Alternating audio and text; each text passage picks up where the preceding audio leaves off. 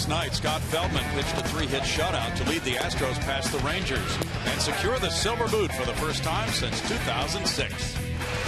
Today, Dallas Keuchel takes the mound in search of his first win in a month as the Astros go for another series win over the Rangers. Day baseball at Minute Maid Park starts right now on Comcast Sportsnet.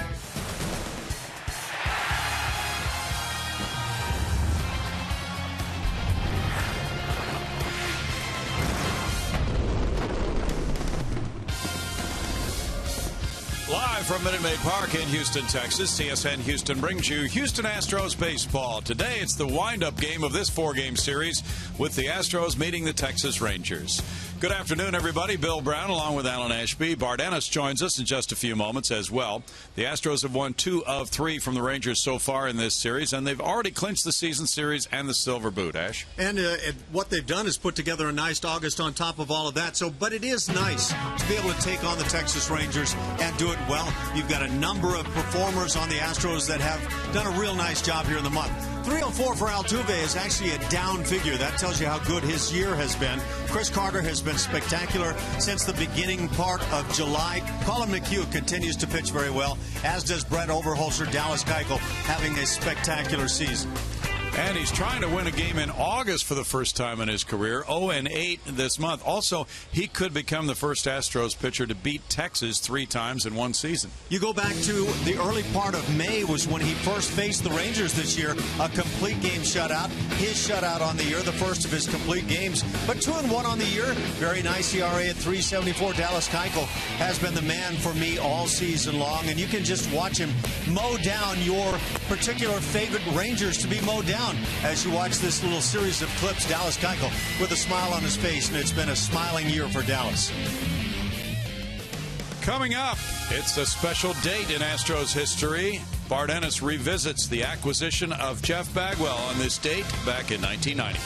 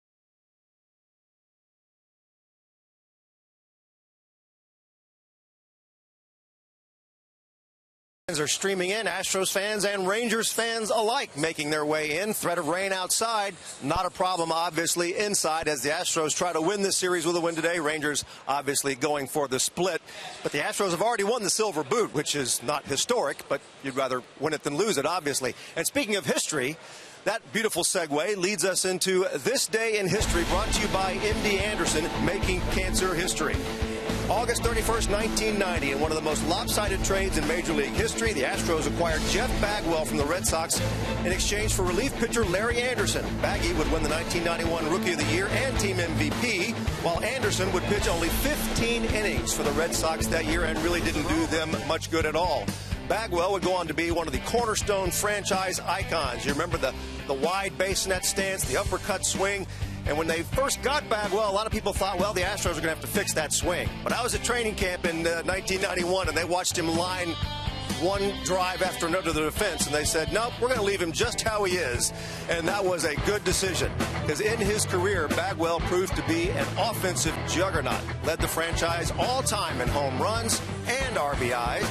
1994, he was the league MVP despite missing the final couple of weeks of the season with a broken hand. Was the 91 Rookie of the Year, as I mentioned, the only Astro to ever do that. And he was the opening day first baseman for this club for 15 consecutive seasons. And a lot of people are saying Jeff Bagwell is destined to go into the Hall of Fame at some time in the near future. After all, Frank Thomas is in. Thomas's numbers almost identical to Bagwell's during the course of their career. As for today's game, as I mentioned, the Astros trying to get a series win here. They'll face Nick Martinez for the Rangers. He's going against Dallas Keuchel. These two have faced off once before this season, with Martinez getting the win there. Who will win today? We'll have lineups and first pitch coming up next.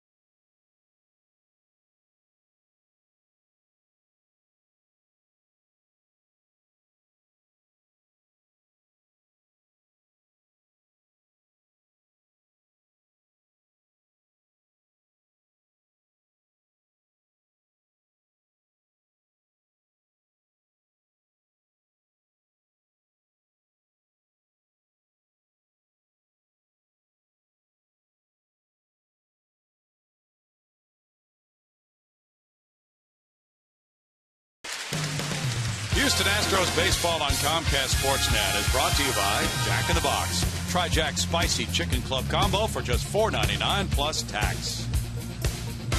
And by AT&T Uverse TV. Find out what's possible with AT&T.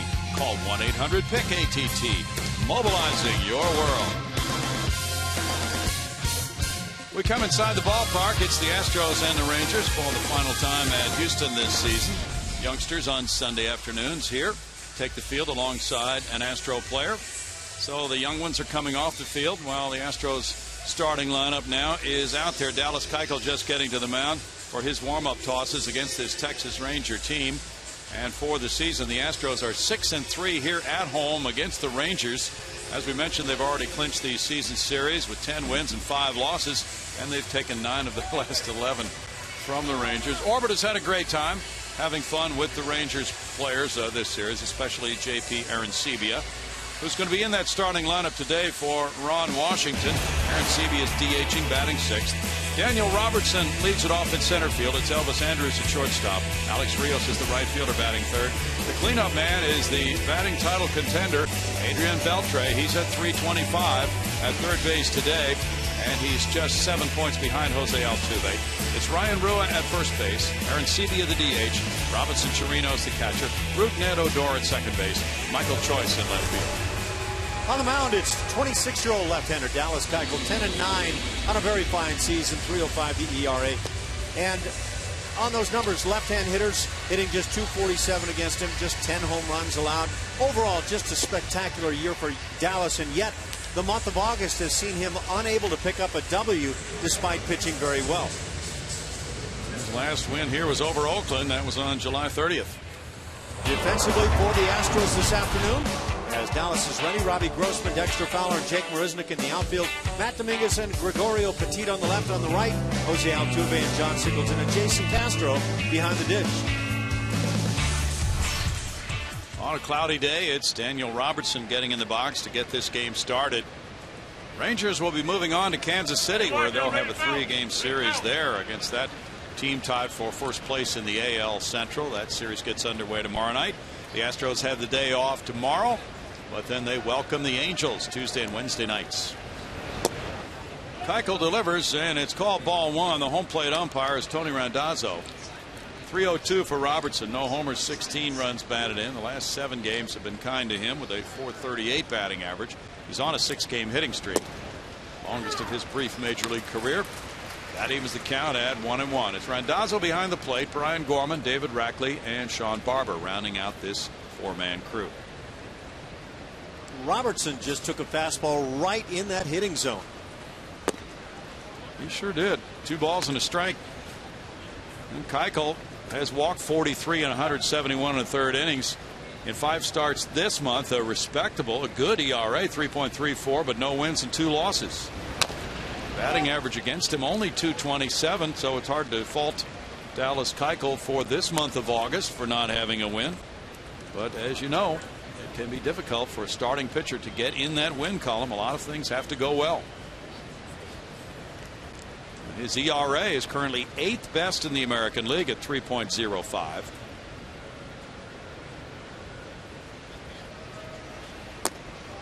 Missing there. He goes to a count of 3 balls and 2 strikes on Robertson. Keuchel is the best ground ball pitcher in the majors. He gets 3.5 ground balls for every fly ball. And here's one that goes foul. Andrus is on deck. Even though the Rangers have lost this season series to the Astros, they have dominated Houston with 64 wins and 42 losses since they began playing each other. Ron Washington, the former Astro, who played 7 games in 1989 with Houston, is in his 8th season as the Rangers manager. Bo Porter is a former Ranger. Grounded to shortstop. Gregorio Petit. 1 out.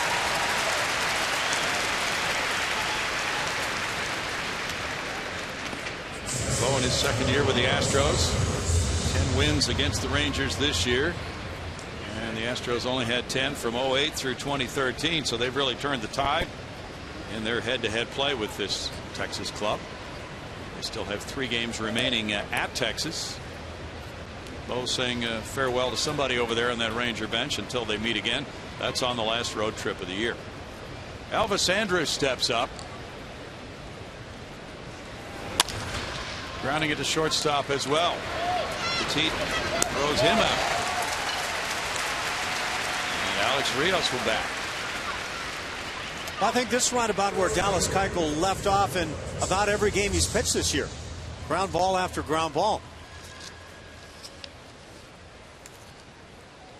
He's had 264 ground outs this season to lead everybody in the American League.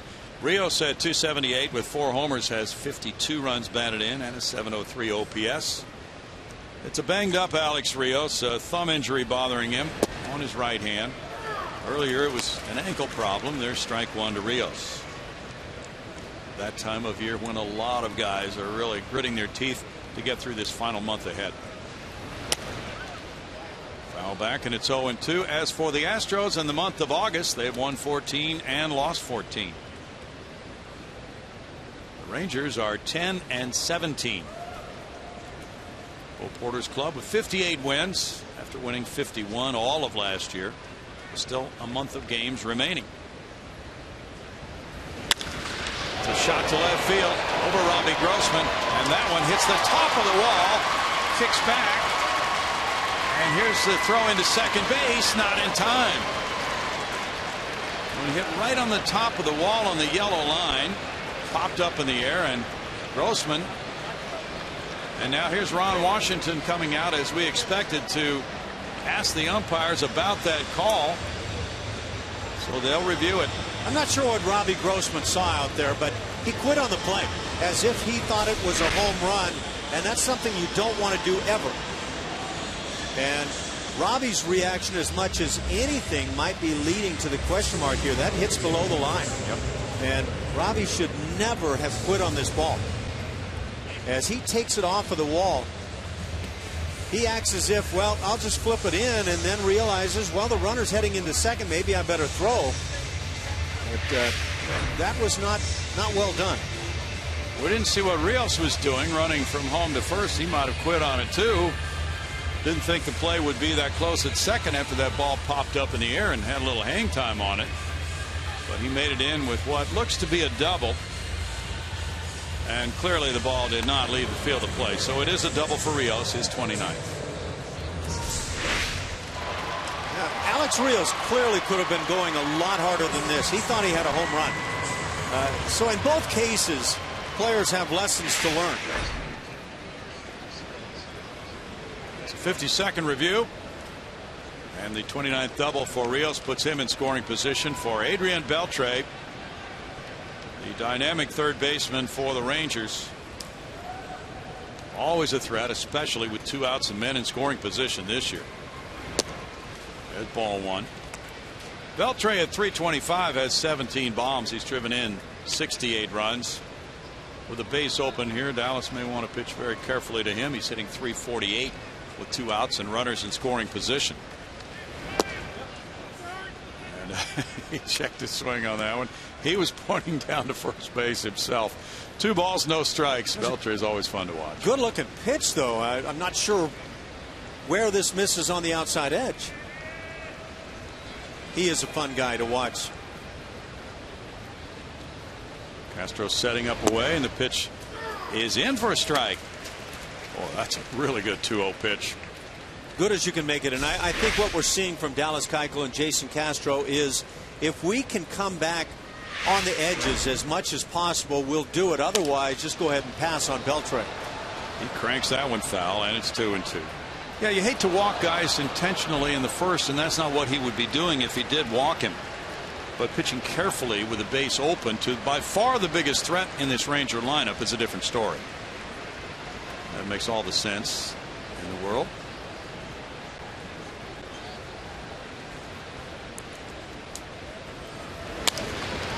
Beltre flips one out of play and remains at 2-2 in the count.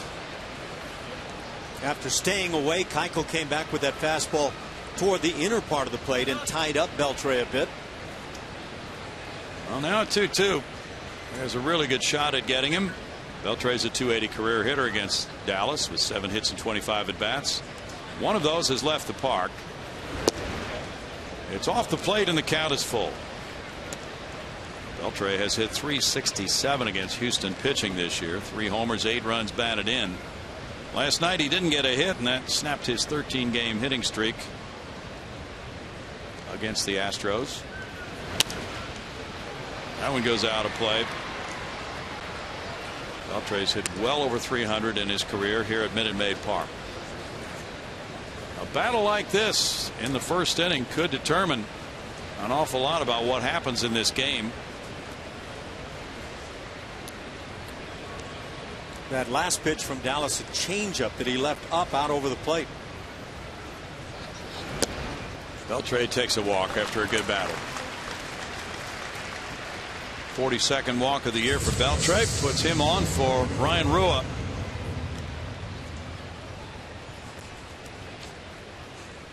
Ryan Rua, the rookie.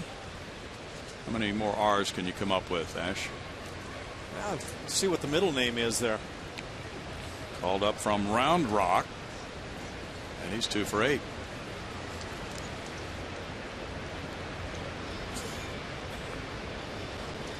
Got his first major league hit a couple of nights ago here. There's ball 1 to Rua. I think Ryan Rua may have been shortchanged on the birth certificate. No middle name. Oh, really? Not that I can find. Wow. Well, he got his first major league hit Friday night in the 7th inning.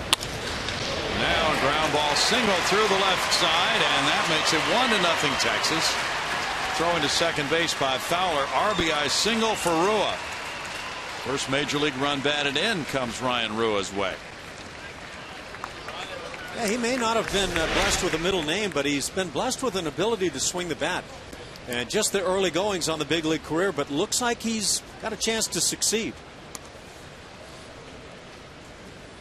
Big stride with that leg kick, but he stays back with the upper body and the hands.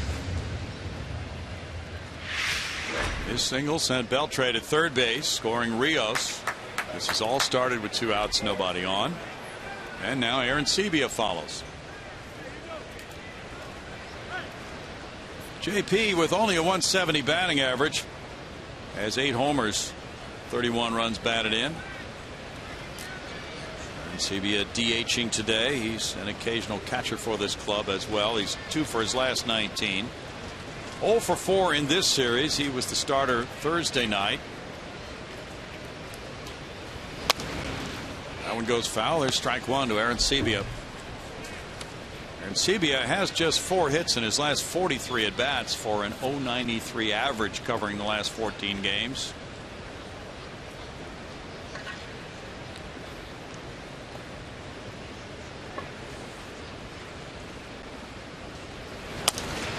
Fouls that one away, and it's 0-2. The Houston Texans have traded for quarterback Ryan Mallett with the New England Patriots today.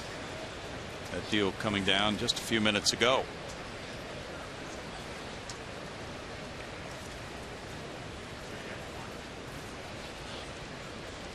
Well, he certainly knows Bill O'Brien's system. Yeah, I think that was some of the talk that made Mallett maybe a nice choice to come on to Houston. 1 ball, 2 strikes. This will be the 25th pitch of the game for Dallas Keuchel. After getting a couple of nice quick ground balls to start the inning. And down and in, it comes for ball 2. In Keuchel's career against Texas, he is 2-3 with a 4.33 ERA. He's made 8 starts against the Rangers. This is his 4th start against them this year. He shut them out with a complete game effort here May 13th, 8-0. That was his first complete game major league shutout.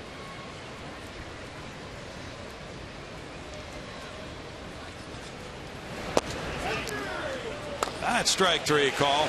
It's 1 run, 2 hits, and 2 men left for the Rangers. They draw first blood in this one.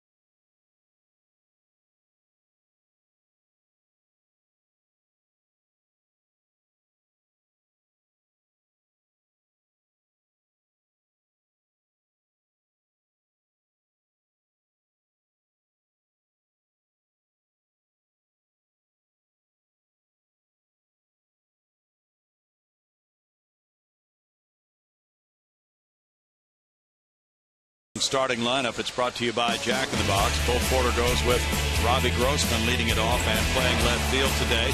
It's Jose Altuve at second base, Chris Carter the DH, Dexter Fowler in center field, Jason Castro the catcher, John Singleton at first base, Matt Dominguez at third, Jake Marisnik in right field, Gregorio Petit at shortstop. On the mound, right-hander, 24 years of age, Nick Martinez. In his rookie season now with these Texas Rangers, he's just 3-10. It's been a rough go. 5.31 the ERA in 23 games. 18 as a starter. Left-hand hitters have had their way, but the right-handers have done pretty well on top of that. 16 home runs. That's certainly a category to look at in 105 innings. That gets your attention. Robbie Grossman gets it going. Ball one to him. Beltre was reaching down, picking up a pebble as the first pitch was being delivered. 212 for Grossman. 6 homers, 31 runs batted in. Now he was ready to go. That was just right before the pitch he did that. He always bears watching, though. 1-1 to Robbie. Yeah, I wonder if that was Adrian Beltre's way of saying, I know you're not swinging at this pitch. Pretty much. He doesn't take a lot of first pitches. 1 ball, 2 strikes to Grossman. Robbie 0 for 4 in this series. Watch the movement on this. Believe it was a changeup, but really running it away from the left-hand hitter. He did. That's upstairs, and he gets a punch out. Martinez starting with a foul tip strikeout. Defensively for the Texas Rangers. In the outfield, left to right, Michael Choice, Daniel Robertson, and Alex Rios. On the infield, the left side, Adrian Beltre and Elvis Andrews. They have a lot of fun on that side. On the right, Rougned Odor, Ryan Rua at first base. Behind the plate, he can throw very well. Robinson, Chirinos. Now the batting leader in the American League and in Major League Baseball, Jose Altuve. Altuve starts the day at .332. He has 6 homers, 44 runs batted in, and a .370 on base percentage for Altuve. He fouls that one away, and there's strike 1 to Jose. Jose last night had a double and a walk. He has an 8-game hitting streak right now, hitting .303 during the last 8. Yeah, but the thing about it with Altuve, I mean, that sounds nice, but that's well below what he's hit on the season. Everybody else on the field would like to have that number. He's trying to get hot again. 1 ball, 1 strike.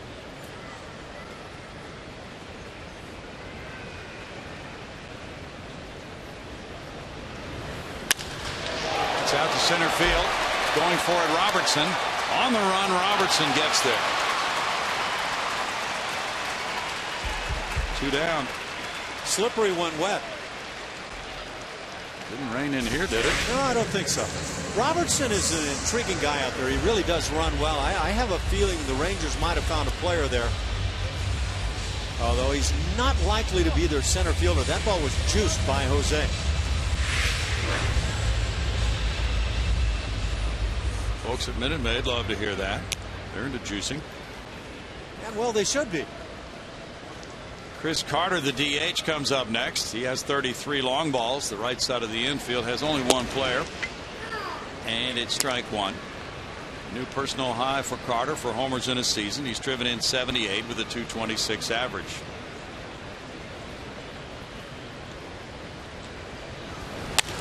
Carter puts one in the air, and second baseman Odor comes over. First baseman Rua underneath. Rua takes it for a 1-2-3 first for Martinez and a 1-0 Texas lead.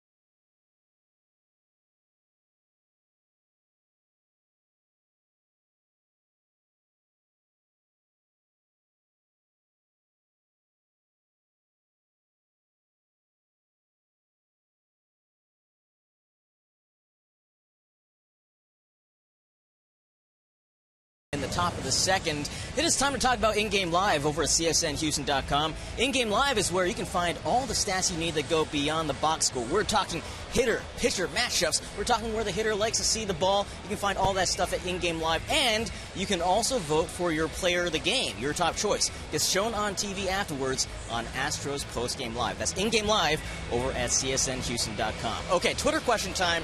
We're talking pitchers. It's the end of the month, end of August, and we're asking who you think should be the Astros August pitcher of the month. There's lots of options. It could be Dallas Keuchel, starting today, or it could be Colin McHugh, Scott Feldman, Brett Oberholzer. Those are all good options. Tweet me at HoachNCSN, and please explain yourself, because I'm reading the best tweets on TV. Guys? Howard, you're not rocking the bow tie today. Not today. Trying to switch it up a little bit. If I wear the bow tie every day, it's not going to be appreciated as much, guys. Okay. Well, the anthem singer wore one, and he's about to turn 90 years old. Do you remember his name, Ash? Don't recall the name of the anthem singer, but you know what? If that's any kind of guarantee for that age of life to be able to endure, then I'm going to start rocking the bow tie. Yeah, we'll be wearing him a T-shirt soon. Chirinos grounding out to John Singleton for out number one. That would be a nice look. But Howard, for you, it's a matter of finding a person to tie the tie for you, isn't it? Yeah, yesterday, that was my first time wearing a bow tie in a long time, so I have absolutely no clue how to actually tie one. So I had some help putting it on. That's quite all right. Rougned Odor at 248 has 7 homers, 35 runs batted in. And he has flexed his muscles with a home run in this series. Strike to Odor, 20-year-old second baseman. Getting a lot of playing time with the injury to Jurickson Profar this year. Profar has not played all season. He had to have shoulder surgery. Odor is hit by the pitch. And that's the 7th hit batter for Keuchel this year, giving the Rangers their 4th base runner here in the early going. Yes, one that gets away. And the pad saves the elbow. A little bit of a tough guy routine for the first number of steps toward first. Michael Choice has had a very nice series with a 3-hit game, including a homer and 3 runs batted in Friday night. But the other 2 games of the series, he is hitless. That makes him 3 for 10. Choice looks at ball 1. Choice was drafted in the first round by Oakland in 2010. He was the 10th player drafted after playing at UT Arlington and growing up in Fort Worth. 3 for 17 in his last 5 starts.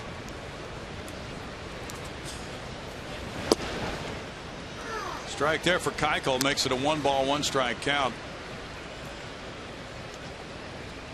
I mentioned that Keuchel shut out the Rangers here back in May. Then he beat Yu Darvish at Texas July 9th 8-4, but he lost here to Martinez August 10th. Ground ball, double play ball. Altuve with the flip. He leads Petit perfectly to the bag. Well, those 2 guys have been magical when they've played the middle positions. And 1-0 Rangers after 1.5.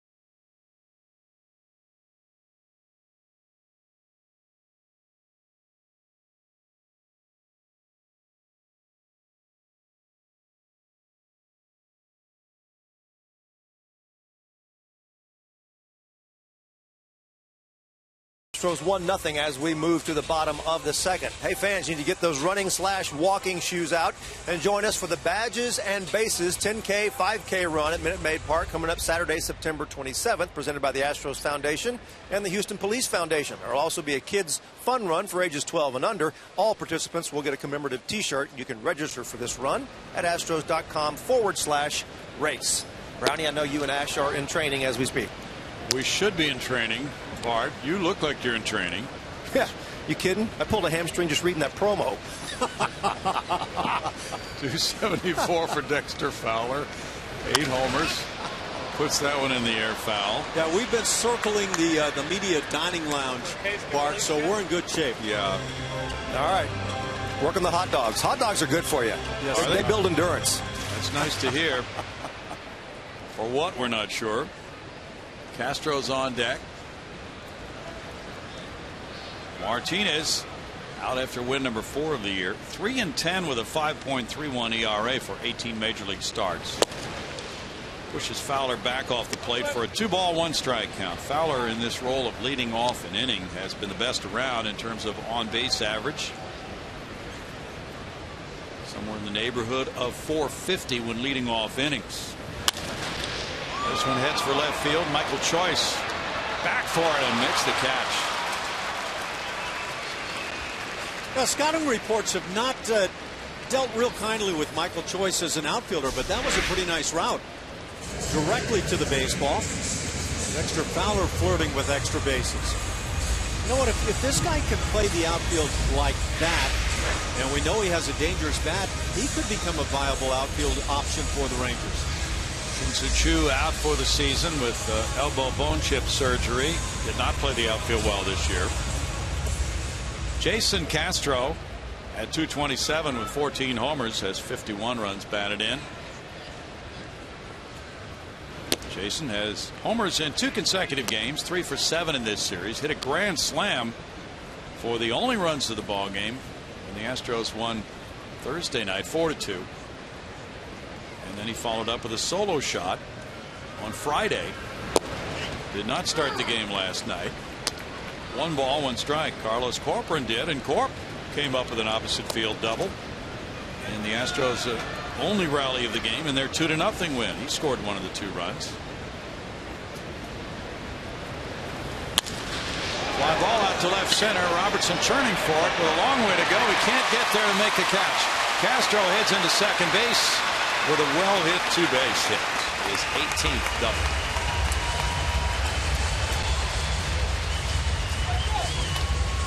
Now there's the strength of Jason Castro from a year ago. Hitting it the other way, in this case, just a bit toward left center field. But that pitch out over the plate. Tremendous strength last year for Jason. This year, not so much.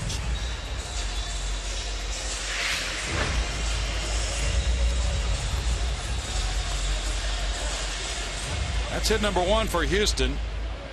John Singleton would love to follow that up. At 180, he has 12 homers, 41 runs batted in, hitting only 155 against right-handed pitching. Singleton is 0 for his last 12, 0 for 8 in this series. He takes ball 1. Matt Dominguez is on deck. Left-handed hitters have hit .301 against Nick Martinez this season, with 9 homers and 219 at-bats. As Ash mentioned, he's allowed 16 bombs overall in 106 innings. Towering pop. He's been hitting those lately. And the catcher Chirinos handles it. One of those the other night. He's hit about 3 in this series now, Ash. He's got that uppercut swing, and he swings so hard. He's been swinging through a lot of pitches. The strikeouts have mounted, and like you say, the pop flies have been coming in abundance right now. He can actually hit a ball on the screws and pop it up. 2 outs, and it's Matt Dominguez. 222 for Matt.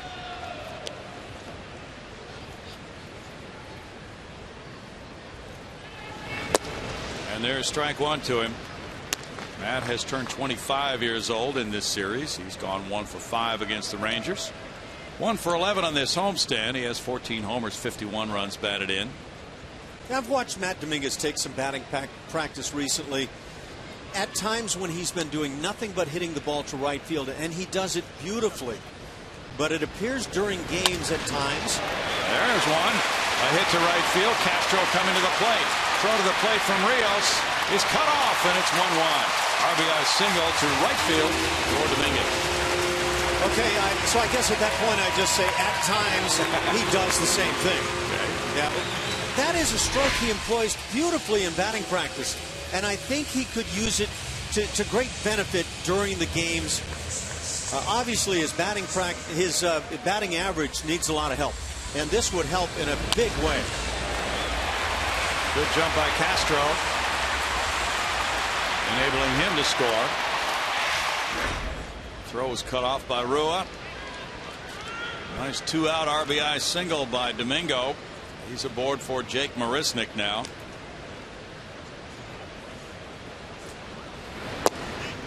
Strike one for Marisnick. 274, 1 homer, 7 runs batted in for Jake. 3 for 9 with an RBI in this series.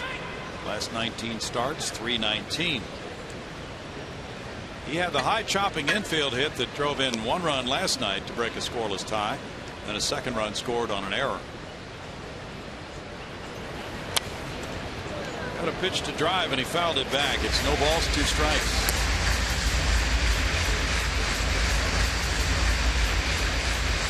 Marisnick continues to play a superlative outfield. He has 4 assists, but beyond that, he's just gotten the ball so effortlessly.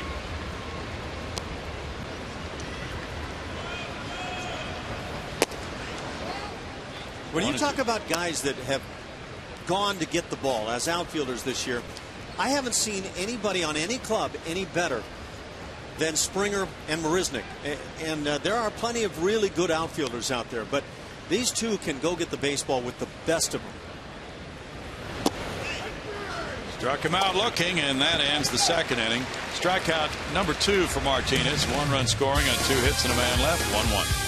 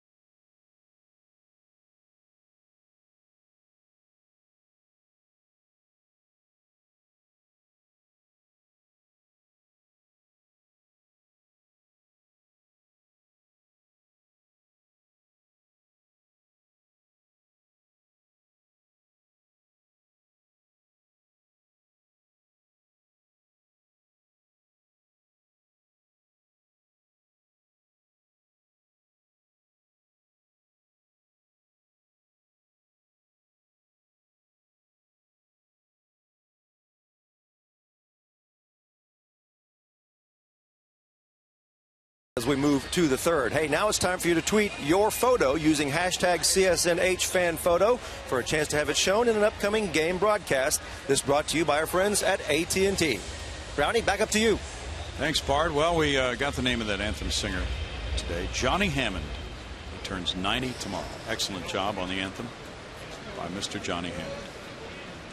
1-1 ball game, 1-2-0, identical line scores. The Rangers have left 2, the Astros have left 1. Fresh start now for Dallas Keuchel, and up against the top of the lineup again. Daniel Robertson grounded out to short, takes that one, and it's strike 1.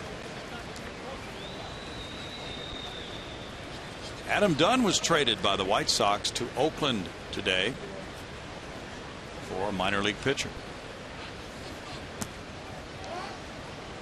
1 ball, 1 strike. So the A's, who lead the American League in runs scored but are 20th in Major League Baseball in runs scored in August, have picked up a big bat and done. Fly ball out to left center field. Bobby Grossman. 1 out. What do you think this will do for the A's? Not really sure. Adam Dunn is still able to hit his home runs. He's also a guy that's going to strike out a lot. I think the Oakland A's probably get a little bit better offensively.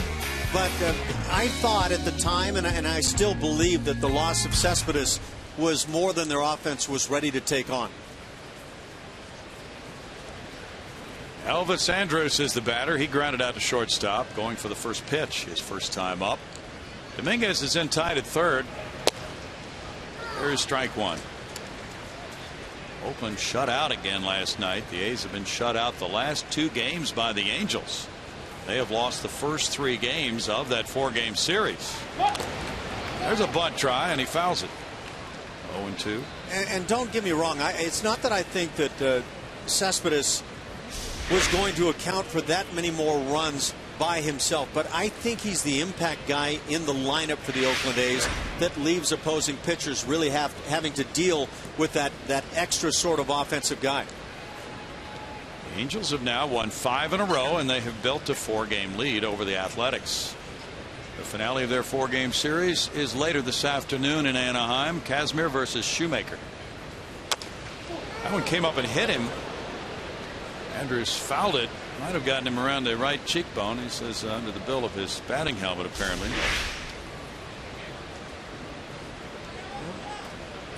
That's where you want to get it if you have to take one.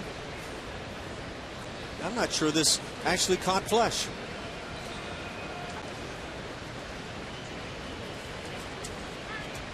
Looked like he may have escaped contact with his face on that one.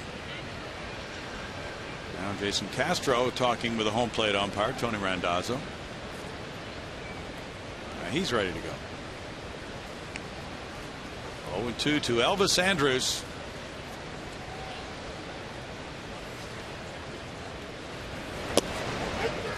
And that's strike 3. Keuchel gets strikeout number 2. Dallas has gotten a couple of calls here in this 3rd inning that he hasn't gotten to this point in the ballgame, and maybe that sets up to serve him well the rest of the way. Andrews slowly departing after that call. Now with 2 outs, it's Rios. Rios started the 2-out rally in the first inning with a double to left. High off the wall, just under the yellow line. That's ball 1 to him. You know, we had a ball. This is probably way back around the 0-2 season, Ash. It was the freakiest ball I've ever seen hit in this stadium. Tell me more. Damian Jackson was with San Diego at the time. He hit a ball off the left field wall, and it hit several feet down on the wall and still wound up being a grand slam homer. It was weird. Haven't seen anything like that.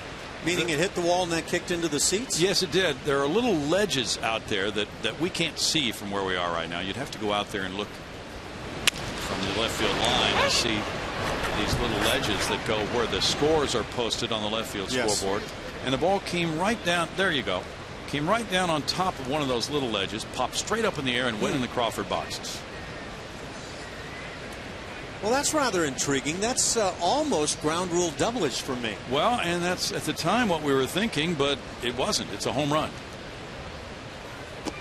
So if the ball hits the ground, kicks over a wall, it's a ground rule double. If it hits part of the wall and goes over, correct. There's actually a stipulation for that being a home run? Yes, that is the rule. I'll be darned. Never seen that. Well, it left the field of play. It was not touched by a player. Now, I realize if it hits Jose Canseco's head, for example, and goes over, it's going to be a home run. Well, that's true. We've seen that. Rios strikes out.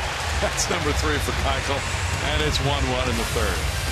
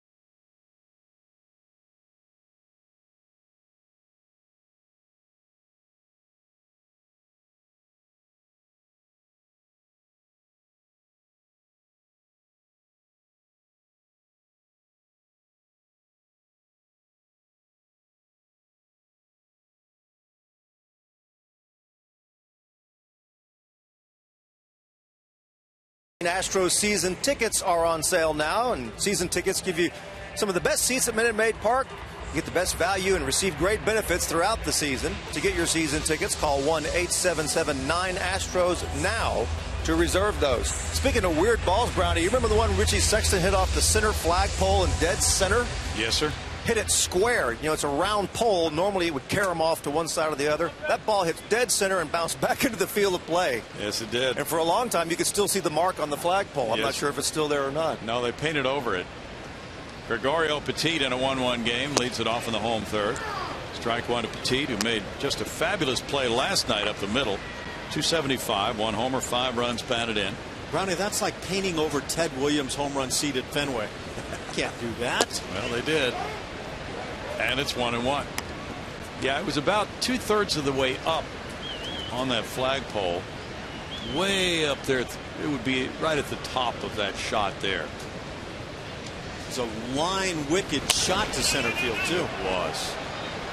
And I can still remember Richie Sexton, who was with Milwaukee at the time, standing on third with his hands on his hips, just staring out there, wondering how could that not be a home run. Never hit a ball better in my life, and all I get is this. Most impressive triple in the history of Minute Maid Park. It's 2-2. There's been a National League trade today with Jonathan Broxton going from Cincinnati to Milwaukee for a couple of players in the minor leagues. 3 balls, 2 strikes. He will join Milwaukee Monday in Chicago. As you know, Monday is September 1st, and rosters can be expanded in Major League Baseball.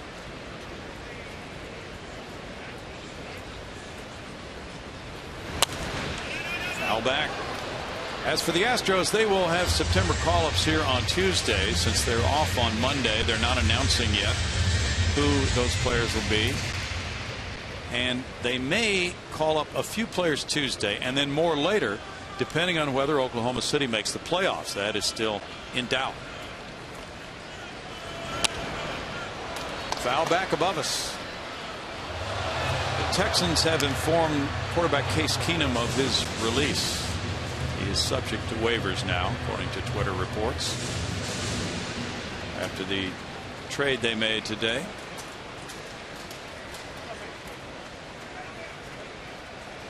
Ryan Mallett. Ground ball left side on through despite the diving effort of Andrus. It's a clean single for Petit, hit number 3 for the Astros. I wonder how many of us thought anything about the acquisition of Gregorio Petit prior to spring training. But he's turning into a really good looking player for this team, and he can play multiple positions around the infield.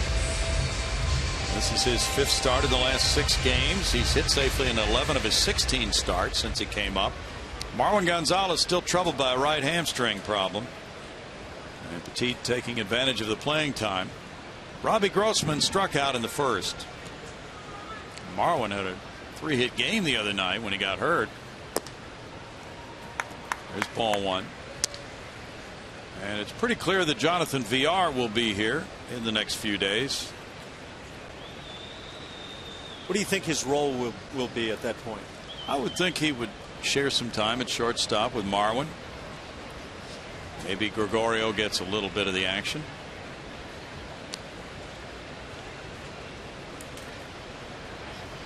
Throw to first base, the runner back. By the way, Oklahoma City lost last night, and the Redhawks are now a half game behind in the standings, and therefore they need to finish in first place to make the playoffs, or all those players will be available for September call-ups, and we could know by the end of today they could be eliminated, but they still have another game, I believe, tomorrow. 2 balls, no strikes. So Bo Porter is waiting to see which players might be available. He knows, of course, which ones are coming up. It's just a matter of when. We would expect a 3rd catcher. That's typical of just about every major league club in September. Catchers added to the roster. There are going to be additional pitchers. And we would expect to see several of the guys who have been here already this year returning, and some who have not.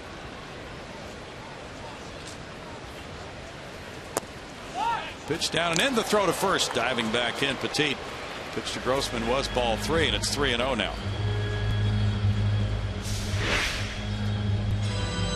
That pitch in that direction actually makes it easier for a catcher throwing onto first base. Kind of sets him in that position. And as we've mentioned, Chirinos loves to show off the arm.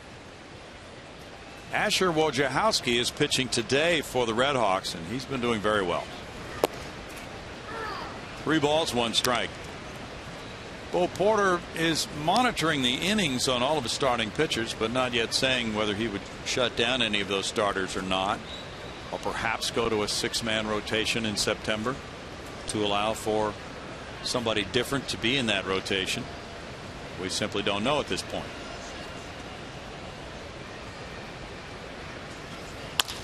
Ground ball, double play ball. There's the toss. Andrews, the middleman from Odor, and it's a 4-6-3 twin killing. Well, that couldn't have set up any easier for the Rangers. You hit it sharply on the ground, moving the second baseman toward the bag a bit. That's like taking infield practice, which nobody does anymore, by the way. That's the truth. Jose Altuve's the batter. Altuve had a fly ball to center field his first time up. Altuve, for the month of August, of course, has slowed down a bit, as you mentioned, Ash. But nonetheless, when you look at his month-by-month chart for the year, it's been pretty impressive with his production. Ground ball past a diving Beltre again. He did it last night, and he gets another double in that part of the field today. That's a 9-game hitting streak for Altuve. Double number 36. 186 hits. I think there was a little exchange between Altuve and Beltre right there, just catching each other's eyes. But like I say, Brownie, that's the second one Jose is shot by Beltre, and I wonder if Beltre might start edging toward the line a bit. Just wondering, yeah. Well, he has to respect the bunt, and so he's in tight, and Altuve hits the ball by him. Now Chris Carter. Carter popped to first earlier. He leads the majors in homers and runs batted in August. Ball 1 to Carter. With 2 outs here, it would be surprising if he sees anything to drive from Nick Martinez in this situation. You know, Brownie, you mentioned the 9-game hitting streak now for Altuve, and I keep saying he's not hot right now, and I feel he's not. He's only had 2 2-hit games in that span, and for Jose, that's way off where he's been much of the year. Yes, it is. And you look at those numbers. We talked about 304 in the month of August. Well, that's nice until you consider the guy's been hitting over 330 for beyond a couple of months now. It's just off his pace, and I really sense that he's going to get hot here pretty soon. Carter takes ball 2 high. Carter's tied for the club record with his 12 home runs in the month of August.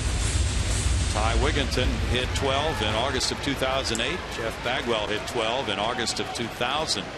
Baggy had 34 runs batted in August of 2000. That's the club record for RBIs in the month of August. Carter 5 away from that.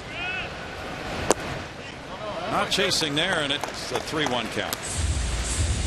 Not at all surprising that Martinez would really not want to challenge Carter in this situation. Only Nelson Cruz with 34 homers has more in the big leagues than Carter's 33.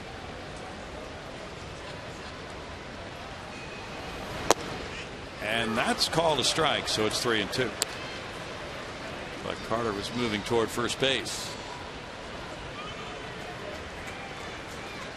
Carter's had a .626 slugging percentage this August.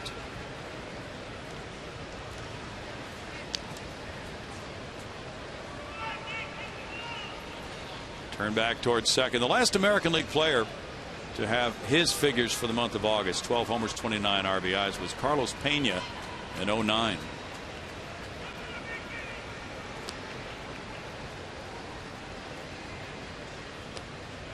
Fowler's on deck.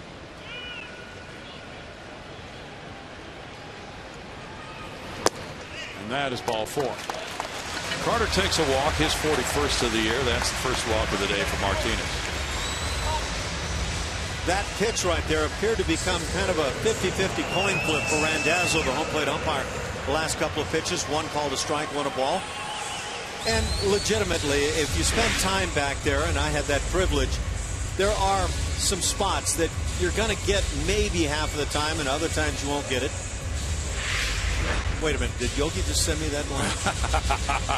Yes, he did. But here's a question for you now. The umpire really would rather not have to make that call, right? Rather not. And you know, you can talk to guys when they get real about things. They'll tell you, you know, it's a coin flip. You got a round ball trying to hit the edge of the plate, and sometimes I see it as it did, and sometimes otherwise. Dexter Fowler hit the ball pretty well. It was caught by Michael Choice on the warning track in left. There's ball 1 to Dexter. And coming into the ballpark today, he said that he feels very good compared to how many players feel on August 31st. Of course, he missed about 5 weeks of time, and he alluded to that.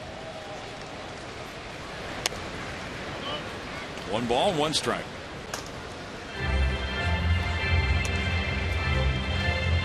I think for any ball club to fulfill what they think they can do over the course of a season, you've got to keep guys generally healthy. And Dexter's one of those guys. George Springer is clearly one of those guys for this club. Martinez, when he beat Dallas Keuchel here August 10th, snapped a 7-game losing streak. He went 5 innings in that game. Upstairs there, 2-1. He lost a game in relief here, and Matt Dominguez struck the game-winning blow in the 9th inning off him back on the 14th of May. Nick is 24 years old. He's from Hialeah, Florida. Went to Fordham University, where he played mostly second base. Now Fowler works the count to 3 balls, 1 strike. Martinez was drafted in the 18th round in 2011. I would suggest you wouldn't find many guys who become major league pitchers who started as second baseman. Now, as shortstop and third baseman, maybe corner outfielders, maybe, and there have been plenty of those. But that second baseman generally is the guy who doesn't have a big arm. Yep. He's had 4 3-ball counts in this inning alone. Pitch count at 48 for the game. Fowler goes to 3-2 now. Castro on deck.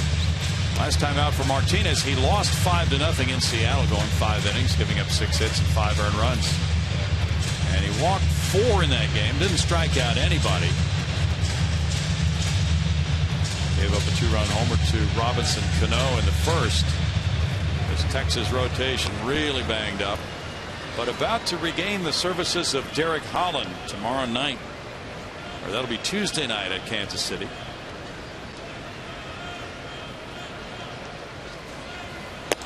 That's ball 4 to load the bases. That's the 55th walk drawn by Fowler this season, and Jason Castro will be batting next. Fowler leads the club.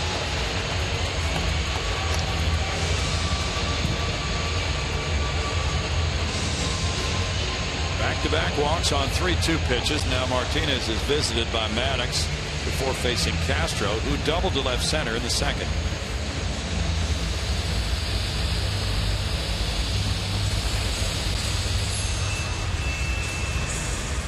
Last night, Robbie Ross started, and he was on a pitch count because he had pitched in relief in a minor league game Thursday, throwing 42 pitches. He was taken out after 5 no-hit innings. That's fairly rare. That was the 6th time in Rangers history that they pulled a starter with a no-hitter through 5. Multiple grand slams by Astros catchers. Ausmus with 3. Bailey, Eusebio, Ashby, and Castro with 2. Jason Castro is going to go get that figure. He may run away when it's all said and done. Wonder if any of them hit 2 grand slams in one series. No, but that could take place. And he belted a ball Thursday night in the 4-2 win in the 5th inning off Nick Tepish's reliever Roman Mendez. There's strike one to him.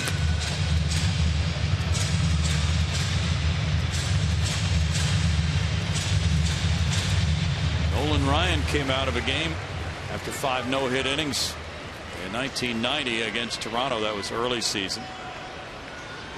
April 9th. That's hard to believe. Isn't it, though? I'm wondering if there was some sort of injury involved there. Well, if memory serves, wasn't that a work stoppage year, 1990? Season might have been a little late starting. I don't recall, but in any way, it was probably his first or second start of the year, so we don't know what the pitch count was. This is the 8th Grand Slam opportunity for Castro this year. How's he done? Well, he is 1 for 7, which is a fine Grand Slams per opportunity ratio. Any other hits with the bases loaded? Now you're pressing. All right. We'll check. We have it right here. Castro is 2 for 6 with the bases loaded this year. 1 homer, 8 runs batted in.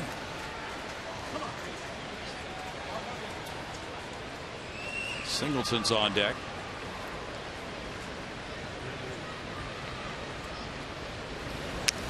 Fouls it straight back with a good cut. Here's your grand slam from the other night. Take that ball and don't come back. Yeah, that ball was hit. One of the great feelings in all of sport. Be able to hit the ball that solidly out of the park and then have men on base. And then Friday night he hit a solo homer.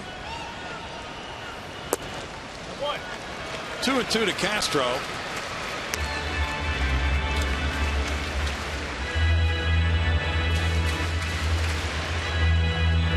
This is the first losing season the Rangers have had at Minute Maid Park since 08. Altuve third, Carter second, Fowler first with 2 outs and a 2-2 count on Castro.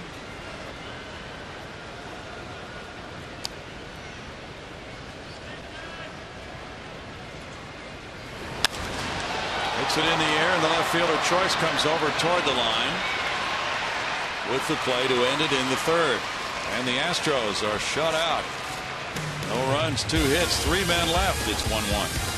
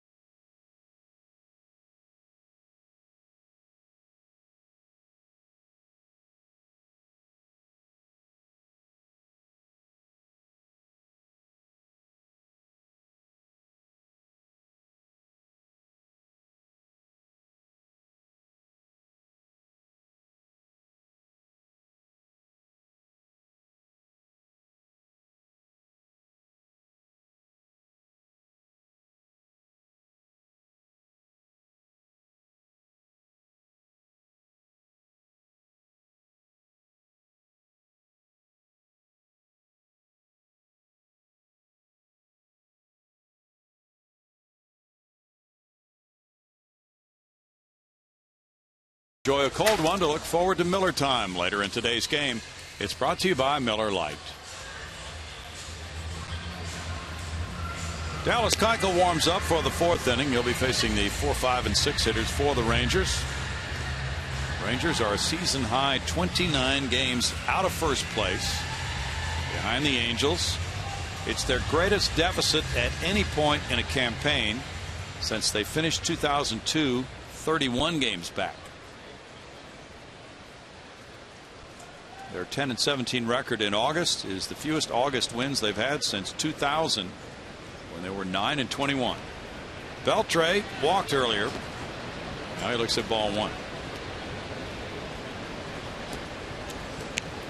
2,575 hits for Adrian, third on the active list.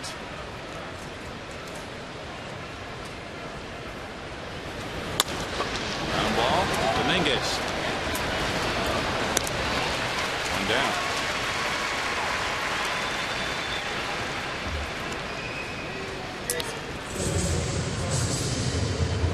Now this is a big game today for the Athletics, especially Ash, because a win leaves them 3 games behind, but a loss puts them 5 games back going into September. 5 would probably feel like it's over, and you start refocusing, trying to make sure you get in the wild card.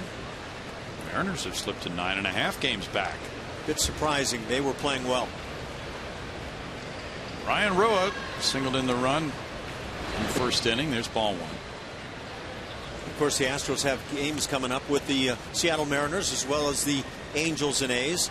Now I wonder if that changes anything in terms of Seattle. Fair question.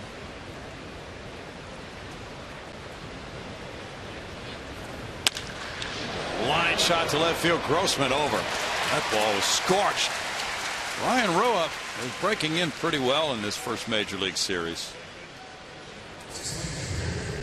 Maybe when you name your son Sue, it makes him tough and he fights his way through life. And if you don't give him a middle name, he can learn to swing that stick. Tell you what, this kid is swinging it hard.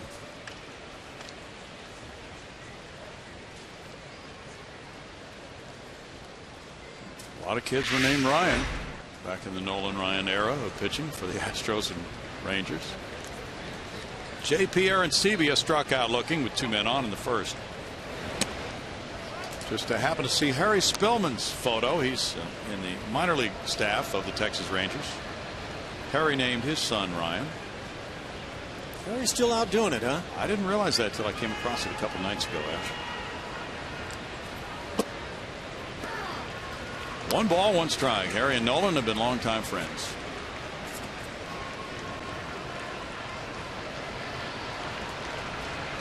Harry came up with the Cincinnati Reds. Slowly hit to third. Dominguez charging, barehanding, throwing, and there's the play by Singleton on the other end to get Arancibia. Singleton had to do the splits, and he scooped up this throw from Domingo for a 1-2-3 inning.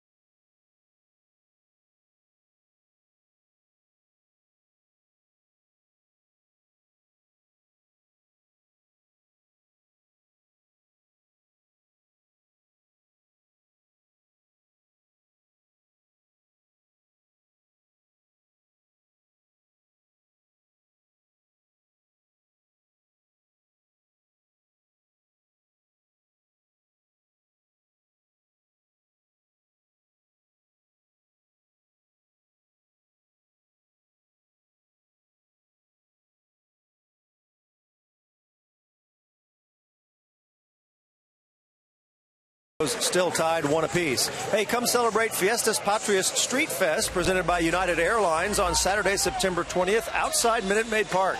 There will be live music, lots of food, and fun for all ages. The Street Fest is open to all fans and will be out on Crawford Street beginning at 3 o'clock. The Astros will play the Mariners inside Minute Maid Park at 6:10 p.m. So you start the party outside and bring it inside for the baseball game. Sounds like a lot of fun, guys. We'll go along with that. Thanks, Bart. Orbit posing for another photo. I had a kids group here. We've talked to some kids up here before the game. They were all ball players. So it's fun to see the look in their eyes when they come to a major league park. It's the very best. I still remember my first experience at the ballpark. You, Brownie? Yeah, absolutely. I think one thing that most of us remember when we're kids and we're brought to our first major league game is just how green the grass is. That was one of the things. The lights, the shiny helmets. Yeah. Oh, and then there were the hot dogs. That too. John Singleton fouled out to the catcher in the second inning. There's strike one. Now, if somebody just got here from a foreign country, doesn't know anything about baseball, we can imagine what the questioning would be. Well, you don't have green grass when you're playing on fields as a kid? No, not like this. 1-1. Sitting there saying, gee, that's too bad the grass died out there where the guys you call infielders are standing. Because those outfielders have it really nice. Well, there'd usually be that patch, that bare patch in right field. The right fielder never moves, right? Always stands in the same place. 2 balls and a strike. Kids in Little League that are playing with the dandelions. Digging up worms while a triple goes over their heads.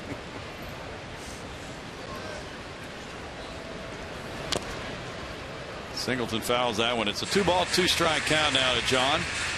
Blue Jays lead the Yankees 4-3. They're in Toronto. They are in the bottom of the 8th inning.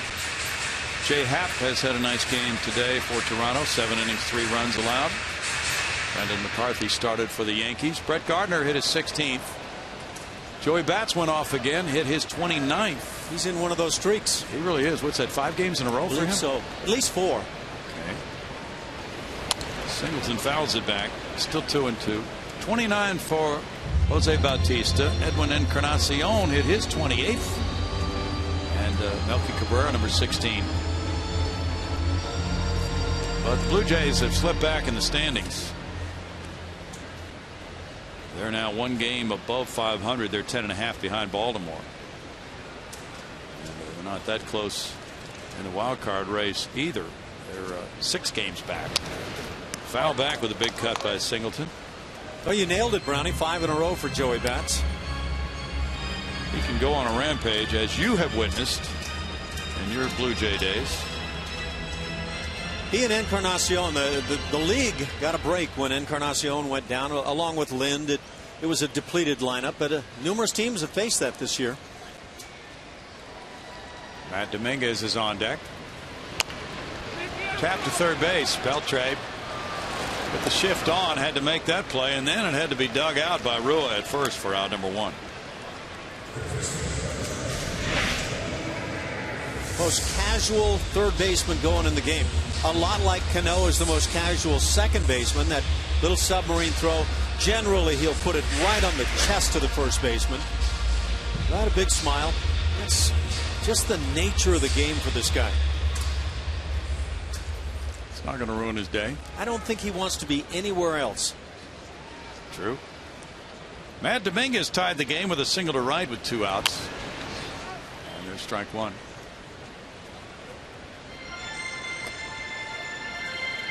Mets 5, Phillies 2, top of the 7th at New York. Dylan G started. He gave up 2 runs in 6 innings. A.J. Burnett gave up 5 runs in 6 so far. His name was tossed about. Bantied? Yeah. As a possible trade acquisition for the Angels. But the rumor was he was going to have to drop his option year for next year in order to approve the trade.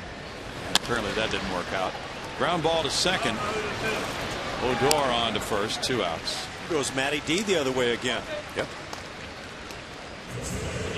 Marisnik follows. He struck out looking in the second. Yeah, so today is the final day for a playoff team to acquire a player from another organization and have him be eligible for the playoffs.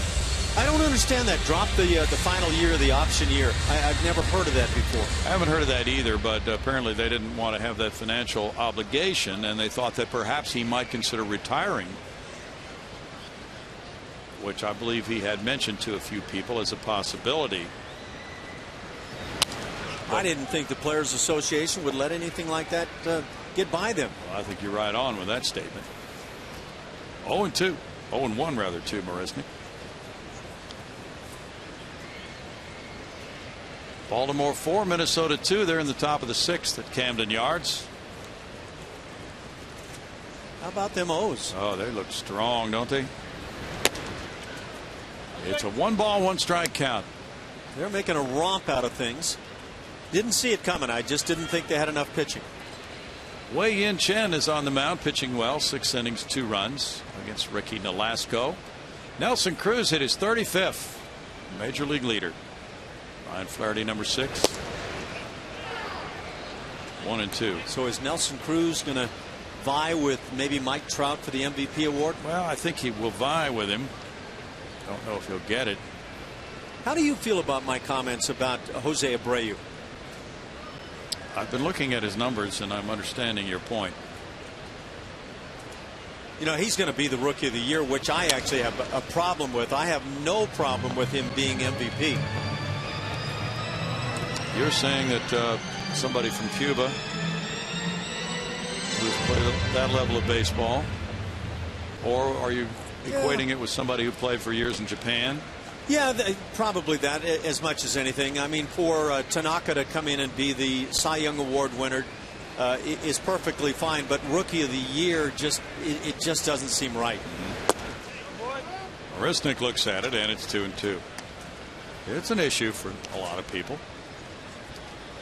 I don't think if a guy plays professional baseball in Japan for 7 or 8 years, and his first year in the big leagues, he's eligible for Rookie of the Year. He should be considered, but that's not the rule. In the air and in the outfield, it's the right fielder, Rios, with out number 3. After 4, it's 1-1.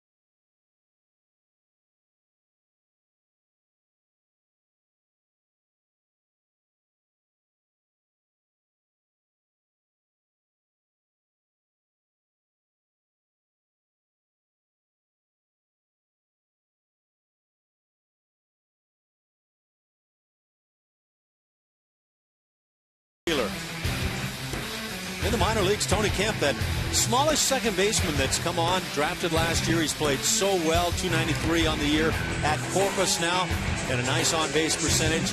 Really heating it up in the last 10 games. Delano DeShields Jr., we keep waiting to hear his name. The numbers on the season, not great, but he's stealing bags, 52 bags in the Texas League, 73 runs scored.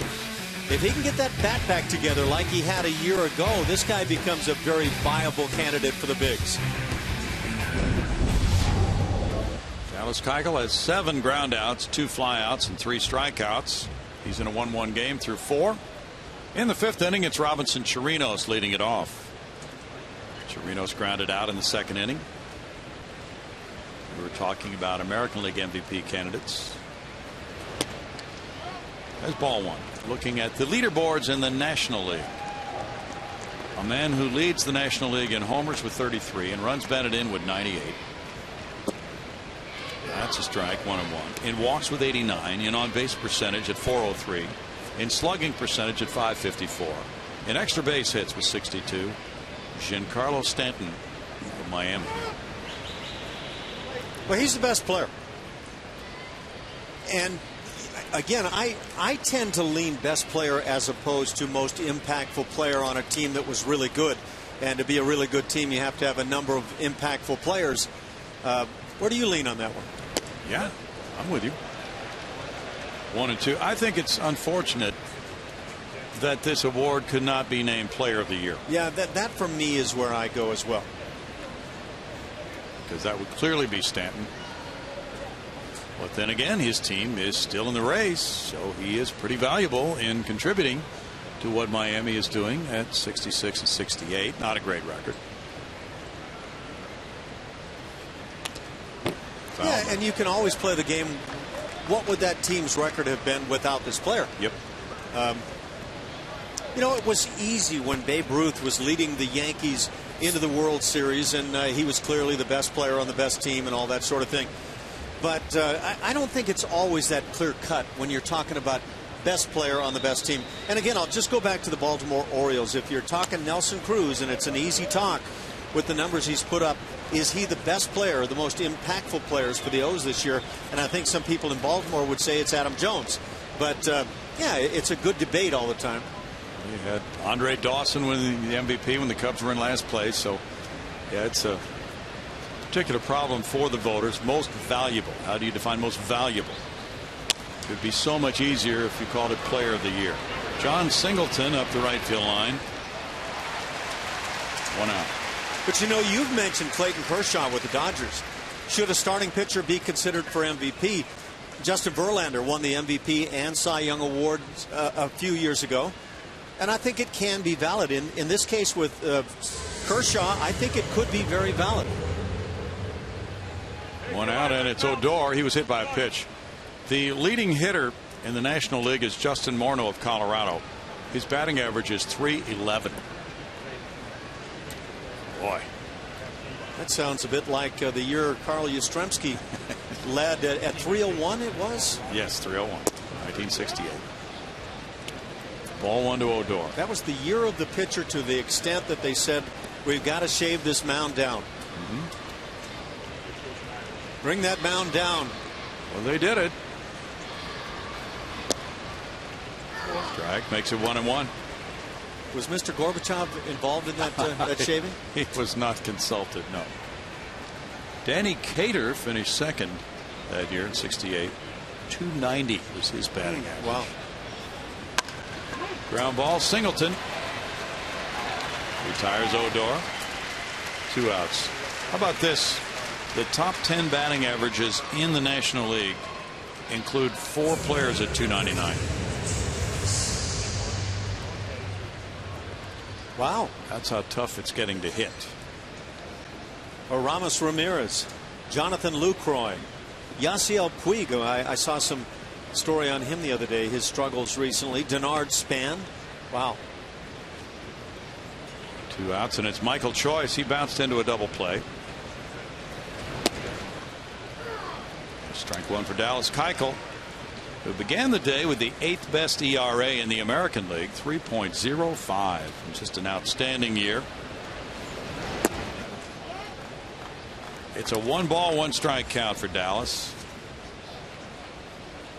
Trying for his 20th career win. He's 19 and 27 lifetime.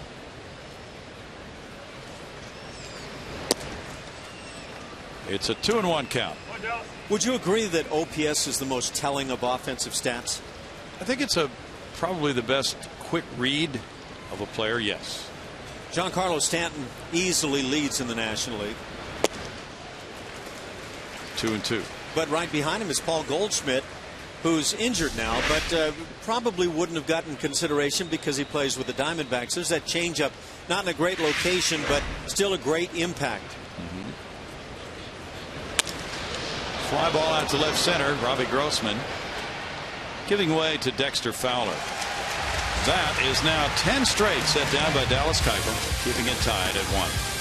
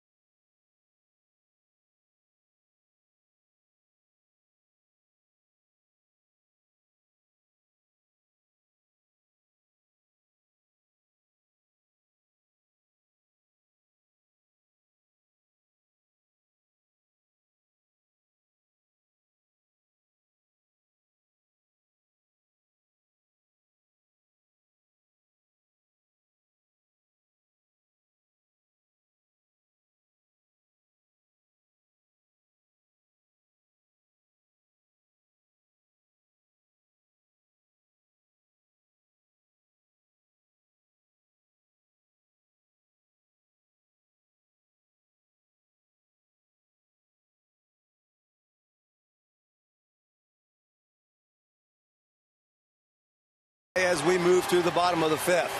And the Angels in town next, and after Tuesday night's game against those Angels, you can head over to Christian's Tailgate in Midtown on Bagby Street for a post-game party featuring drink specials from Z Tequila. We'll see you there. I might even help get you into a cab when that's over.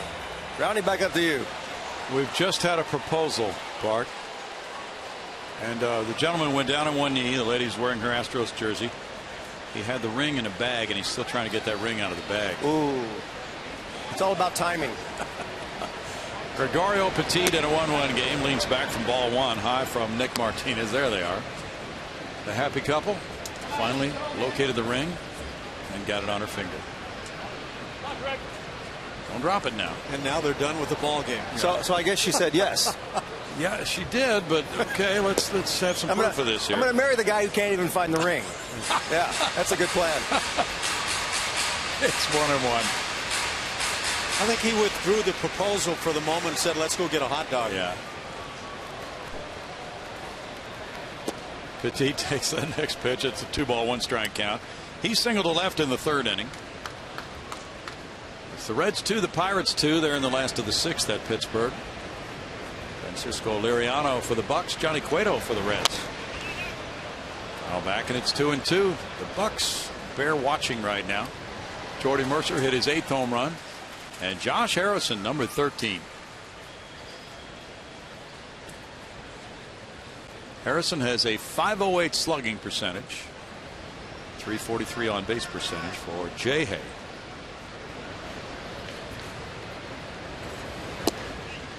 Who's going to win the NL Central? So is that where they've taken to calling Harrison in Pittsburgh? Yes. And Milwaukee has a 1-game lead on St. Louis, 2 games on Pittsburgh. That's going to be a fine month of September for the fans of those 3 clubs. Fly ball out to right center field and shallow. Odor out. Rios in. Rios. 1 out.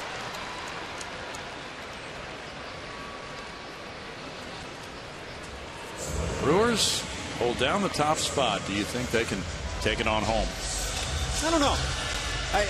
Because of the history of the Cardinals, I just find myself continually glancing at them. I have a feeling the Pirates are going to continue to make a run at this thing. The Brewers have been very well supported by their fans. That's a nice story. Robbie Grossman's 0 for 2. There's a strike. In the wild card race in the National League, right now it's San Francisco and St. Louis. There's that changeup and the impact it has. You swing at the arm and not the ball. It's 1-1. Atlanta's a game and a half out. Pittsburgh 1 game out in the wild card race. Miami trails by 5.5. Jared Cozart came up with another gem for Miami. 1-2. Considering all the pitchers traded before the July 31st deadline, non-waiver deadline, Cozart has been the best. He's been better than the big names. John Lester and John Lackey have not done as well as Cozart in ERA. I made the comment when Cozart was traded that with his stuff he could very well set up to pitch great ball in Miami. That's an extreme pitcher's ballpark, and sometimes the home ballpark can set you up for what you do on the road as well. Fouled. I think Jeff Luhnow said that he expected that Cozart would be a solid 15-game winner.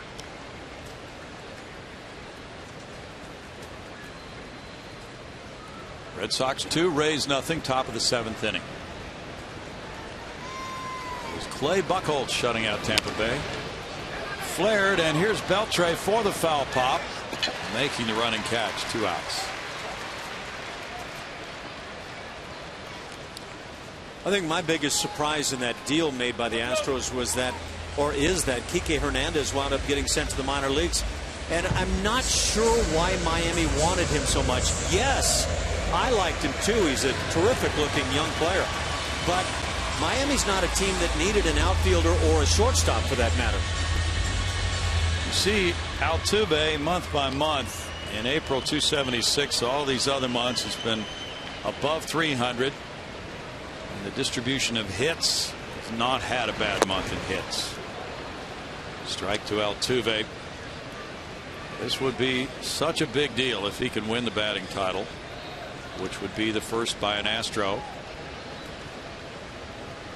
And especially a guy who's 24 years old, joining the likes of A-Rod and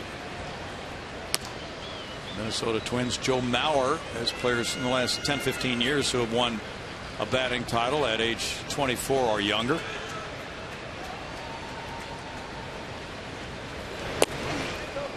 I was asking Bo Porter today, if he went to the final day leading in the race, what would your advice be to him? Should he sit out? Should he play? He said that is totally up to the player. It's his call. I will be supportive of it. Line shot, left field corner. Altuve with another bid for a double, and he's on his way to second with his second double of the day. That's 37 two-base hits for Altuve. Now that's the sound of the ball on bat when Jose Altuve's hot. And quite frankly, we haven't heard this sound for a while for Jose. So I do feel like he's going to get hot, and he may have turned that corner now with today's ball game. That is not a ping hitter, though he can ping it the other way. But he can flat rake it down the left field side. 37 doubles for Altuve. 2 for 3 today. He's aboard for Carter.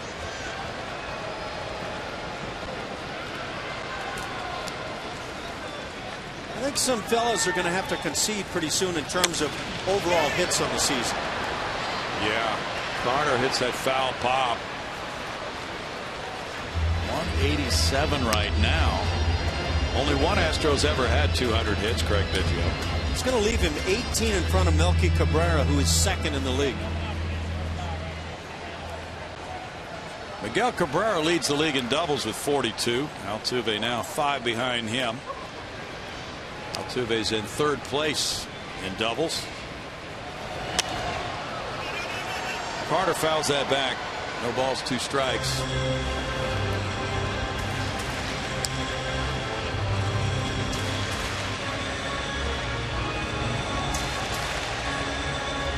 Detroit is being shut out at Chicago 5-0 in the top of the 5th inning by the White Sox. It's Jose Quintana pitching for Chicago today against Rick Porcello.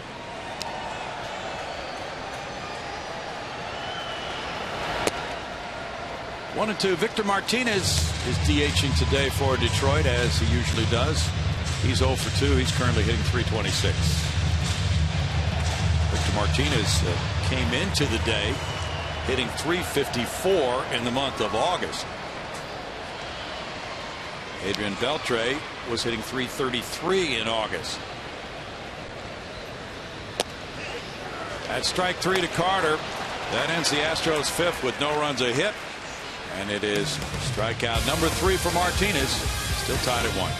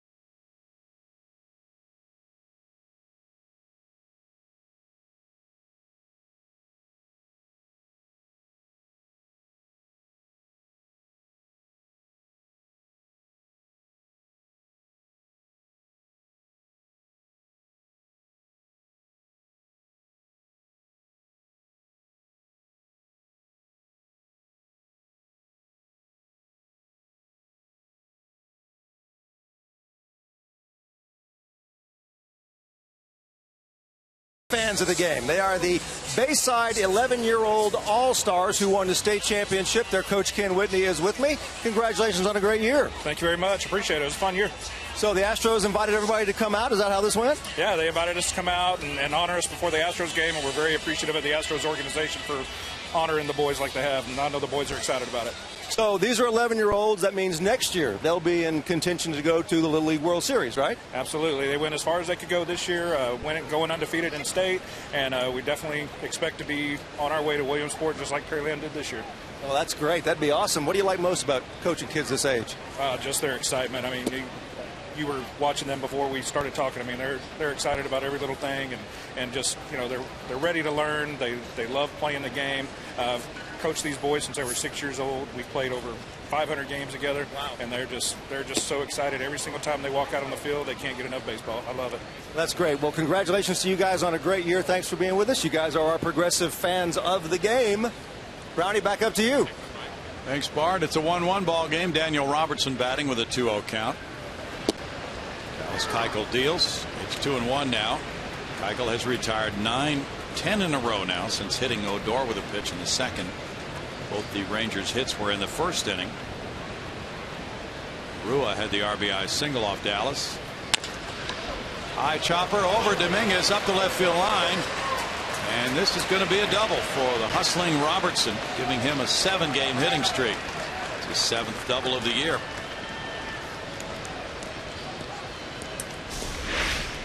Just that high chopper. If you were playing on an AstroTurf field, somebody would be sure to be heard that there was another AstroTurf hit, but all it hit was dirt in front of the plate.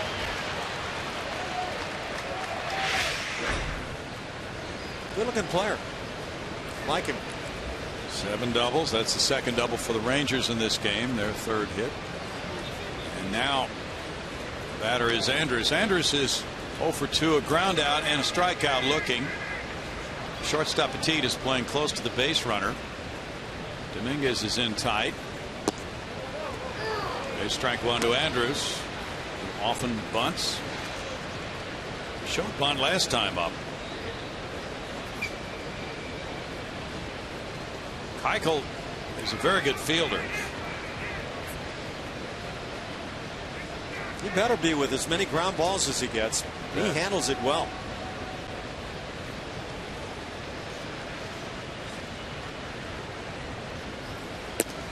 Showing bunt. Andrews takes it. It's 1-1. Brent Strom doesn't like the term slide step. He likes the term quick step. Gary Pettis has signs at third. There's only been one steal on Keuchel this year in 4 tries. You can't run on a guy that's this quick to the plate. I don't care what you want to call the move. But for me, it's not a move to first base that shuts down running games. It's what Dallas Keuchel does. He eliminates that facet of the game. 2-1. The Astros with Petit close to Robertson, trying to keep him close. And now he's going to go to third. Here's Castro throwing, and he won't get him. And so the pitch getting away from Castro allows Robertson to advance to third base. A little wild pitch. And that could be costly. Showing bunt, and I don't know if Castro had a notion about possibly throwing on into second base on that pitch. Now the infield comes in with the count 3-1 on Andrews.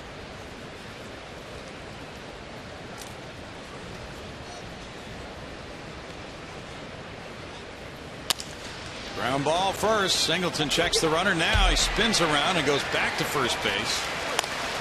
1 out. That might be the first time in 2 years I have not seen Dallas Keuchel immediately go toward first base. And when it's all said and done, Singleton made the play, but yeah, that's rare for Dallas.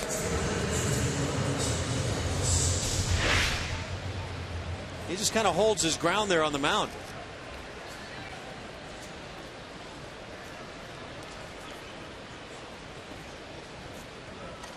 It's also a costly play for the Rangers.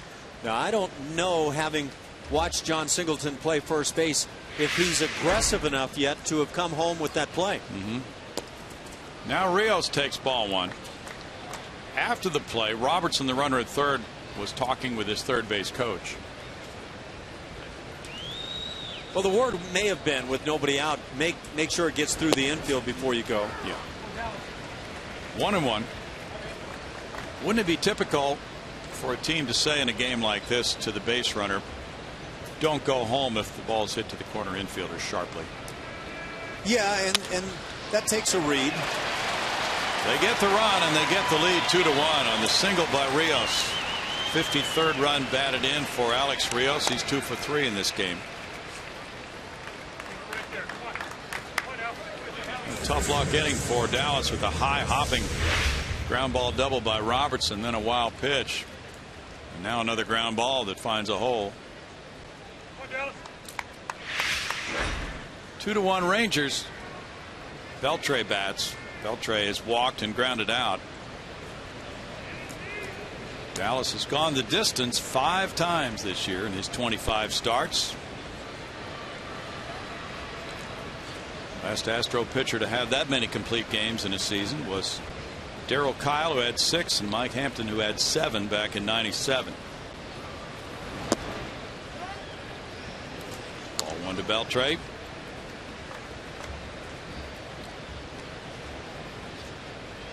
Keuchel continues to go at least 5 innings in every start this year. All 26. 2-0.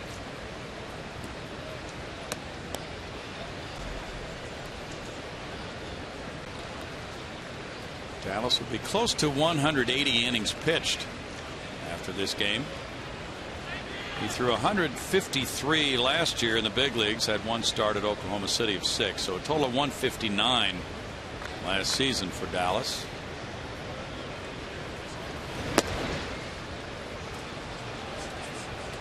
.30 to Beltre.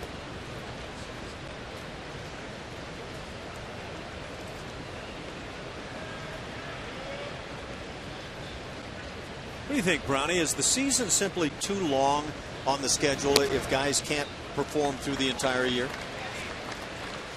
I don't know if it's too long. There's a walk to Beltre, and that's number 3. Number 2 of the game, rather.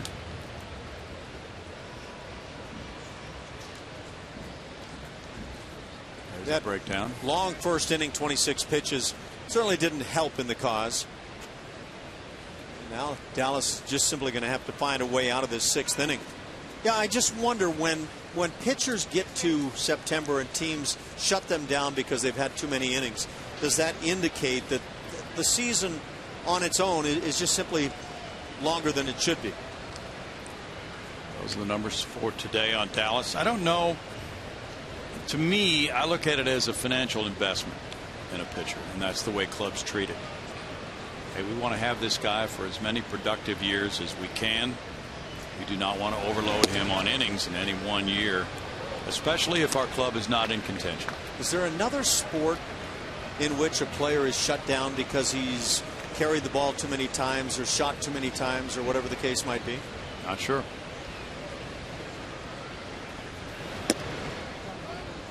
You can look at the Steven Strasburgs of the world, and strong young pitcher, but was he overloaded?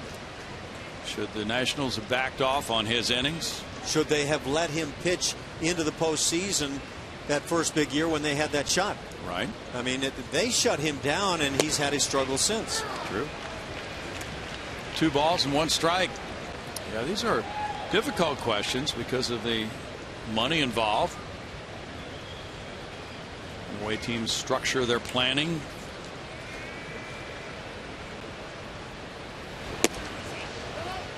It's 3 balls and a strike. Jose Veras warming up for the Astros. Keuchel getting close to 90 pitches. And it's more scientific now. They're in possession of all these studies about pitchers breaking down, and after 100 pitches, it's so much more difficult for pitchers to avoid injury as the starts accumulate. Get up above 30 starts for the year. And then the stressful innings as Dallas Keuchel had with the 26 pitch first inning today. Altuve, Petit, Singleton, turn 2, and the Rangers grab the lead with a run on 2 hits. They leave a man in the 6th. It's 2-1 Texas.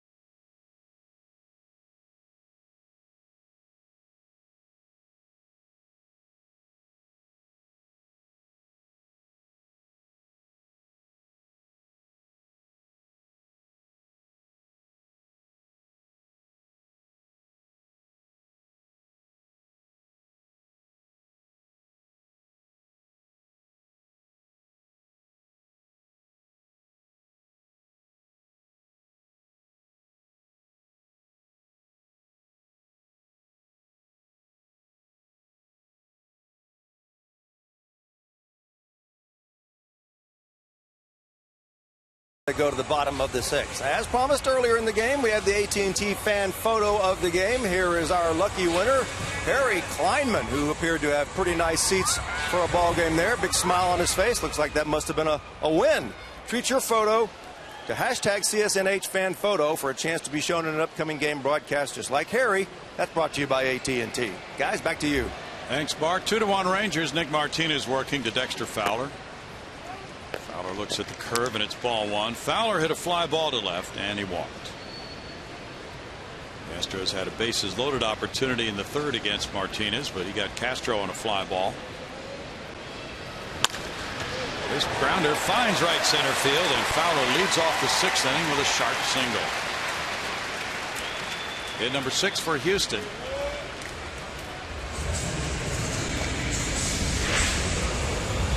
It's a big hole up the middle, and Dexter puts it on the ground in that direction. This is the phase of the game that I don't know, Dexter had the reputation of being a big base stealer. That just hasn't borne out this year. He's 7 for 10. Roman Mendez is warming up for Texas. Jason Castro is 1 for 2, a double to left center for Houston. Strike one. Castro both times today has hit the ball to the left of second base. Mendez getting loose. Singleton on deck as the left-handed hitters come up here against Martinez. And they have done well against him this year, as we mentioned earlier. Time called by Castro. It's the Cubs 5, the Cardinals 3. They're in the bottom of the 5th at St. Louis. Valbuena hit his 15th for Chicago. Holiday number 16 and Wong number 10 for St. Louis.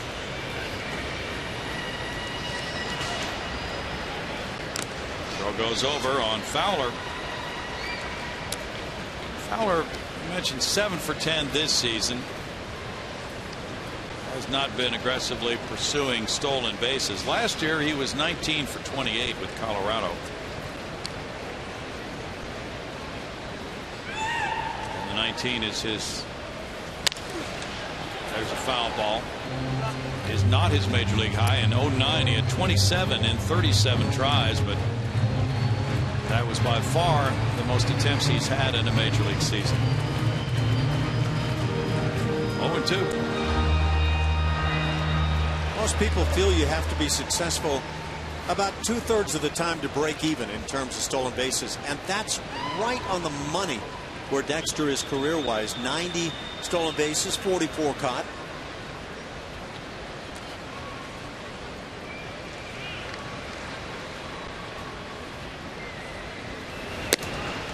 It's 1-2.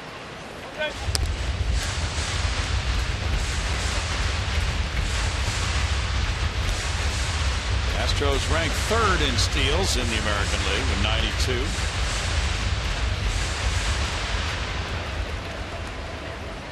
Altuve has 49.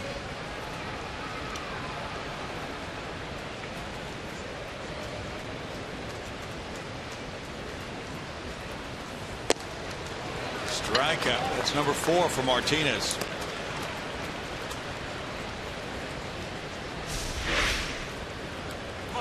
This pitch off the outside corner, and it's an area out there that Jason's been caught looking on a number of times this year, and likely in this case he's just trying to expand his zone a little bit and protect, and comes up empty.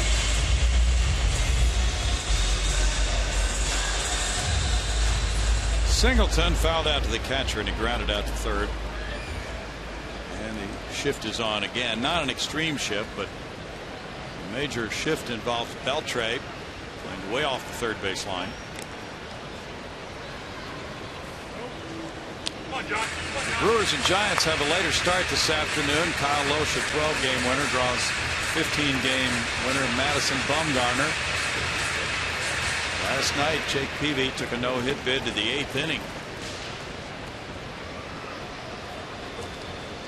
Giants have been gaining some ground on the Dodgers recently. Ball 1 to Singleton. Currently, the Dodgers have a 2.5-game edge on the Giants. Giants have won 5 in a row.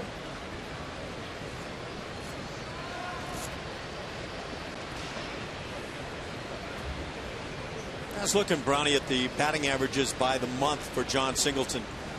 His first month, June, he hit 198, 153 in July, and in August, 188. So I think basically what you see with those numbers, at least for me, is things haven't changed. Just kind of riding along at that same clip.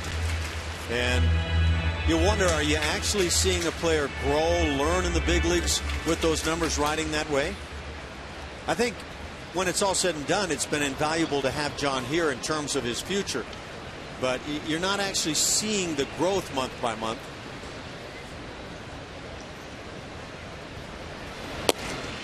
He takes, and it's 2-1.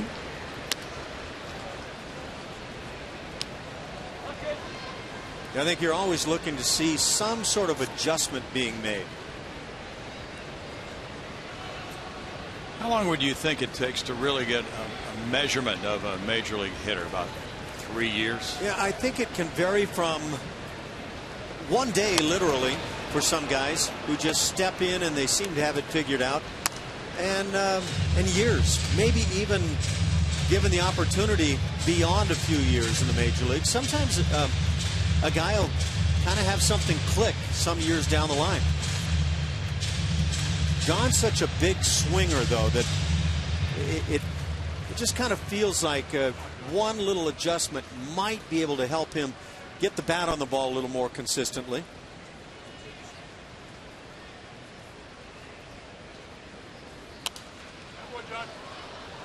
Even like that, just getting a piece to foul off that high fastball. Well, Carter, we've read all the stories about Chris Carter and all the improvement he's made, and it's certainly been dramatic since the 1st of July. But the typical phrase used is, well, he shortened his swing a little bit. Yeah. How do you do that? To me, I just see a quieter, softer approach. He's not violently going after the baseball like John tends to. And I think there's been a lot of work for Carter hitting the ball the other way. And I'm not sure that John Singleton is going about his batting practice with as much focus in that direction. I made my comments months ago about George Springer, that if maybe batting practice became a little less about the monster home runs and a little more about balls hit the other way and back up the middle, it might help. Sometimes that can help a guy. 3-2 now. Not saying it's the magic panacea, but when a guy's striking out a load, you're trying to figure out some way to get that bat on the ball more consistently. Singleton is grounded into 4 double plays. Not a very high number if you're thinking about Fowler and whether he might be given a sign to take off on this pitch. Not going, and it's ball 4. 2 men on, 1 out now for Matt Dominguez. That's the 3rd walk for Martinez.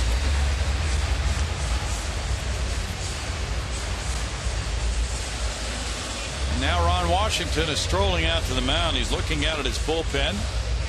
His starting pitcher has gone 5 1/3, has a 2-1 lead. Roman Mendez, a hard-throwing right-hander, has had plenty of time to get loose.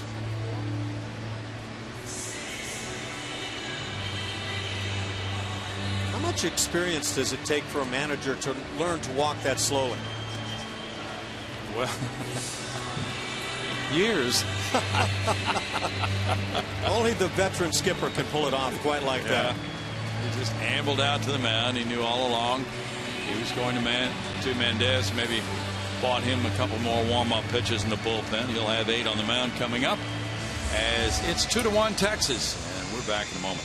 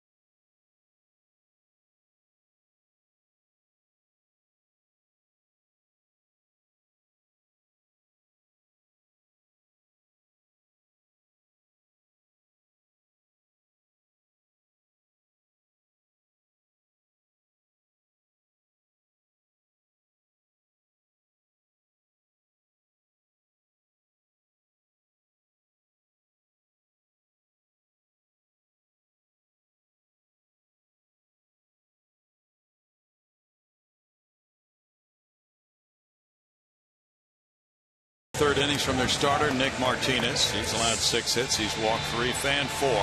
He gives way to right-hander Roman Mendez.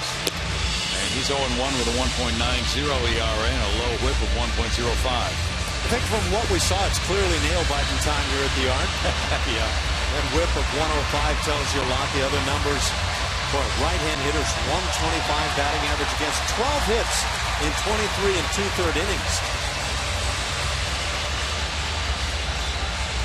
Matt Dominguez will have 2 men on and 1 out. He singled in the Astros run in the second inning with a 2-out hit to right field. He's 1 for 2. Mendez came in with a 2-0 lead in the 5th inning on Thursday night.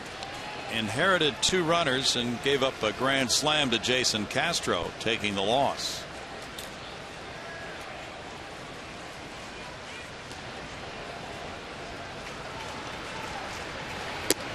Dominguez not chasing, looks at ball 1.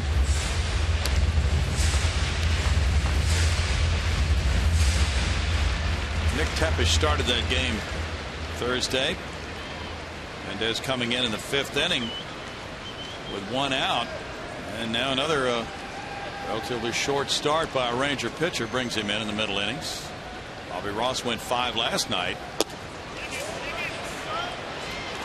That's called as a swing, and it's 1-1. Brian Gorman, the crew chief, ruled that Dominguez went for it. No debate there.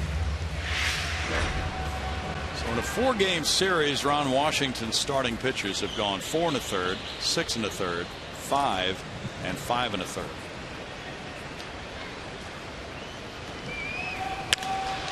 Dominguez gets underneath it, fouls it back. 1-2 to Matt. This is Mendez's 5th outing against the Astros this year. And before Thursday night, he had pitched 4 scoreless innings against Houston, giving up just 1 hit. He made his major league debut against the Astros July 8th in Texas. 2 hitless innings in that one. He's from the Dominican Republic. Last year he pitched at AA Frisco. Signed with Boston in 2008 before Texas got him in a trade in July of 2010.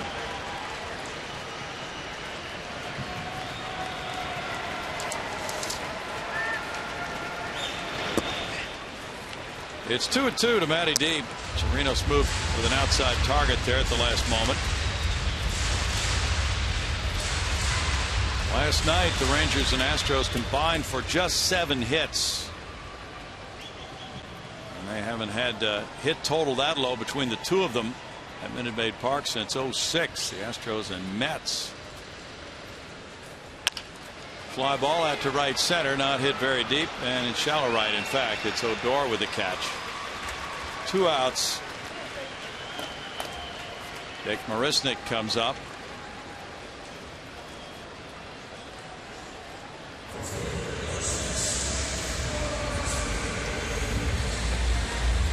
Marisnick has struck out looking at fly to right. The Astros 10-5 against the Rangers this year. They were 10-9 against the Angels last year. The last time the Astros beat one team 11 times or more in one season was in 2010. They were 11-4 against the Pirates and 11-7 against the Cubs as a National League team that year.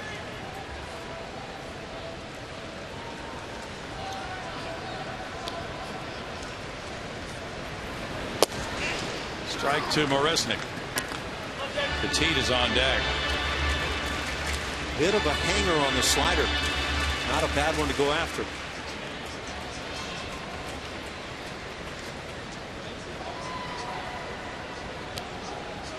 The attendance today is 19,024. It's 0-2 to Marisnick. Next time the Astros take the field, there will be additional players on the rosters. It'll be Tuesday night against the Angels. Brad Peacock and Hector Santiago will match up Tuesday night at 7:10. Wednesday at 7:10, it's Colin McHugh and C.J. Wilson.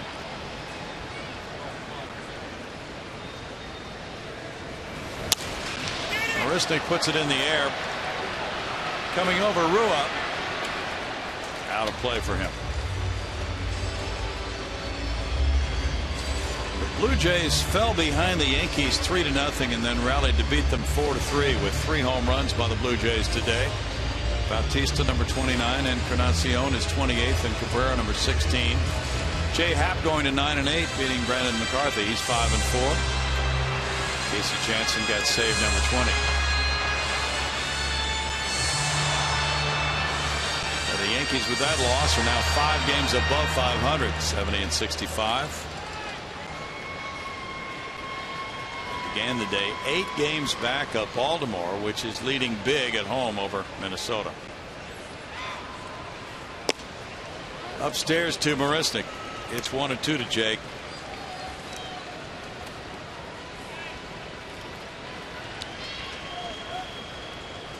Marisnik, a 3rd-round pick of Toronto in 09, is from Tampa, Florida. He was dealt by the Blue Jays to Miami in that Big 12-player trade in 2012. Runner takes off for third, and it's fouled. Dexter Fowler was running on that.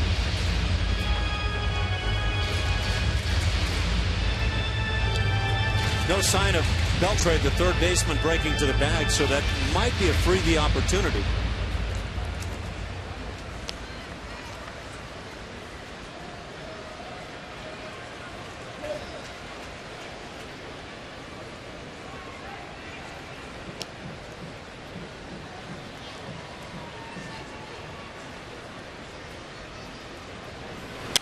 Marisnik puts it in the air again and out of play.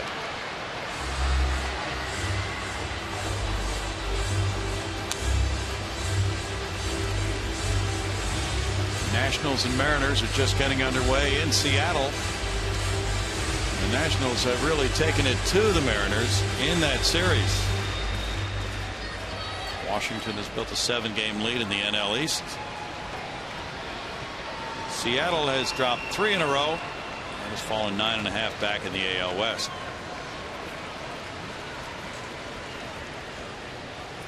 Chirinos goes out to the mound. Rockies and Diamondbacks are just getting underway in Arizona. No score in the first inning there. The Athletics and Angels are 0-0. They're in the bottom of the second. Angels going for a sweep of that 4-game series. And if they get it, they're going to be awfully hard to catch with a 5-game lead. It's going to charge those fans up considerably in Anaheim as well. Yes, it is. Now Fowler goes for third, and it's foul back. So that's twice he's taken off.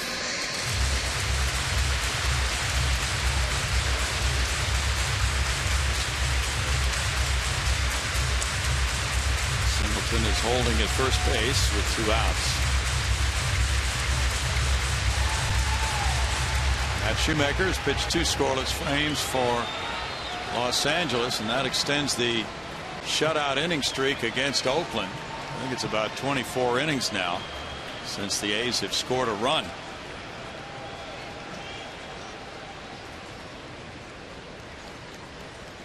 Runners go, and it's a swing and a miss and a strikeout. That's the end of the 6th inning. It's a foul tip, and it's strikeout number 5 of the day for Ranger pitching. They lead it 2-1.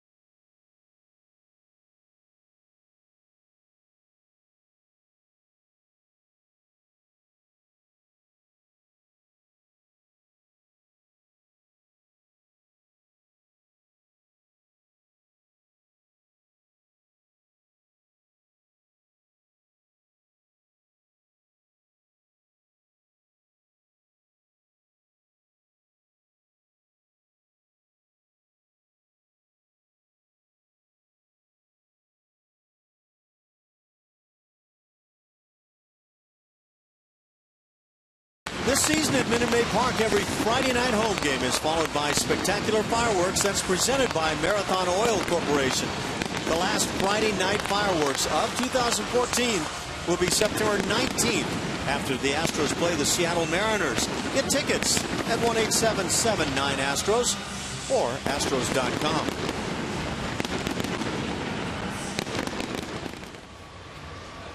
Dallas Keuchel trailing 2-1 comes out for inning number 7.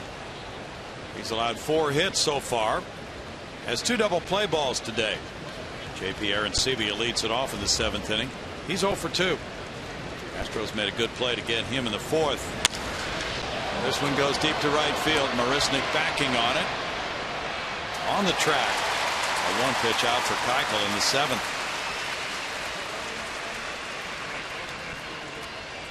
It's been rather remarkable that Keuchel's been able to push things into the 7th, and it could be a day where he goes the distance, for that matter, after that long first inning that he had.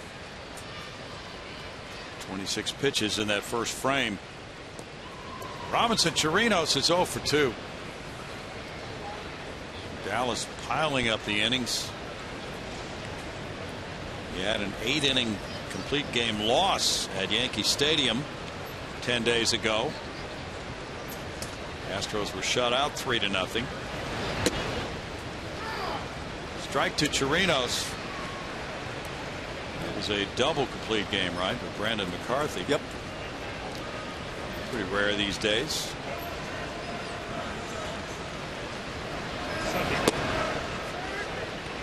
It's 1-1. Yeah, that was 2 guys really going after the strike zone that day.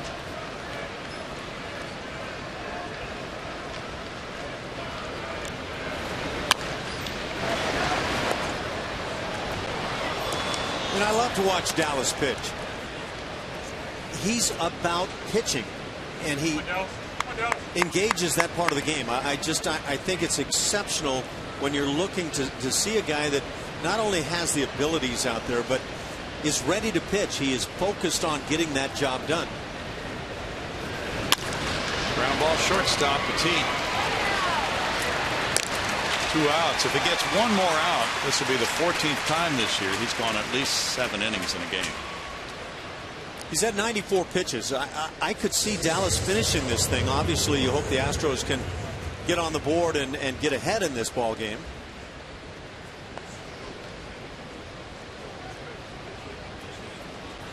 Odor was hit by a pitch in the 2nd. He grounded out in the 5th.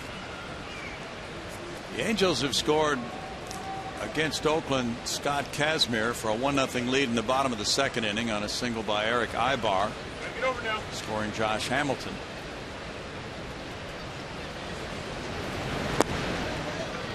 Strike to Odor. Well, the Angels win that one. The Astros would be taking on a red hot ball club Tuesday night here.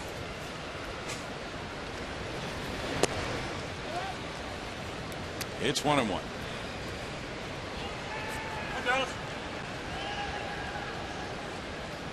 Angels record against the AL West is 32-22.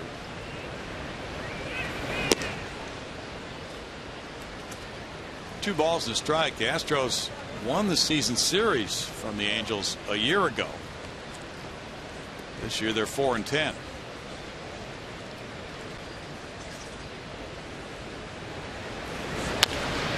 Breaking pitch, foul ball. 2 balls, 2 strikes. Labor Day coming up tomorrow. Nice opportunity for a lot of folks to take just an extra day over the weekend. Some get more than the 3-day weekend before coming back, maybe September 2nd, revitalized. Ground ball up the middle, and that's a hit. Odor rolls one, and right in between Altuve and Petit, there was plenty of room for him to do just that for a 2-out single. Well, you see the big gap out there, and ball not hit sharply at all, but just a base hit for Odor. Plays the game well. He makes a nice turn around the bag.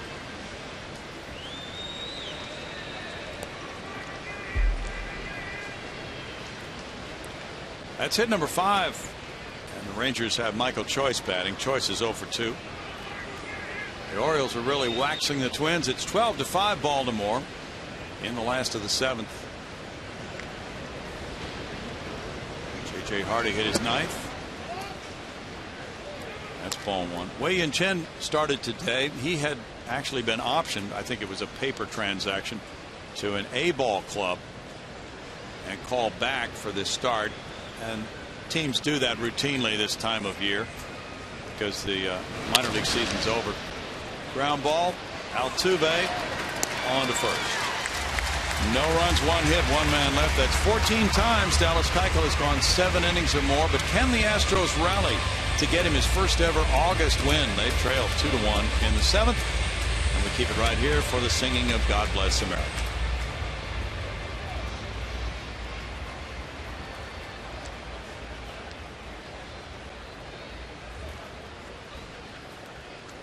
It's our Sunday afternoon tradition here at Minute Maid Park, ladies and gentlemen. We now invite you to please stand and join us as we pause to thank those and salute those who protect our freedoms around the world each and every day.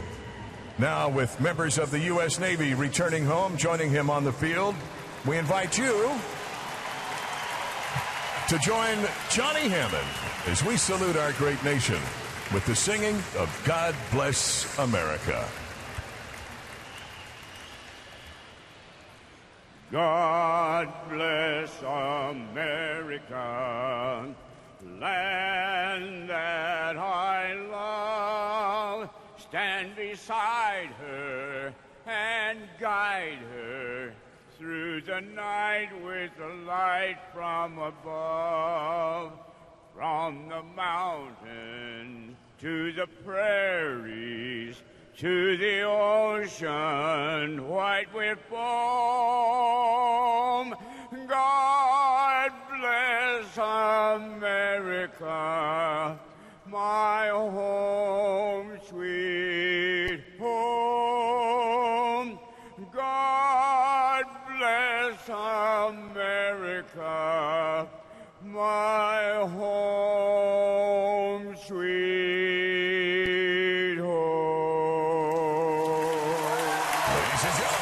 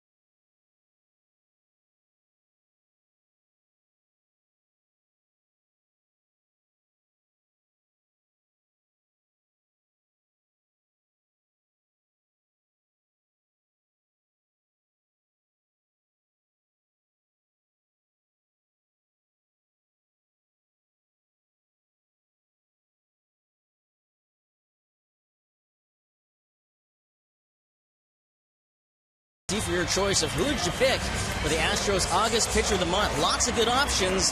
Kyle Korver's son tweeted, and by the way, I'm guessing this is not actually Kyle Korver's son. He tweeted Scott Feldman especially for bringing a silver boot back home last night. Charging to Mound tweets, my Pitcher of the Month is Colin McHugh. He's allowed 2 earned runs or less in all of his August starts, a 1.91 ERA for the month too. Thank you very much for tweeting me at Ho-Chen CSN. Guys, over to you. Thanks, Howard. Scott Feldman really stood tall last night. He's already tall, but he was even taller after that 3-hit shutout, beating Texas last night 2-0. Now the Astros go after it offensively. Gregorio Petit batting against Roman Mendez. And that's ball one. At 84, the slider stays up. Petit is 1 for 2. He's singled to left in the 3rd inning. It'll be Grossman and Altuve following in the Astros 7th inning.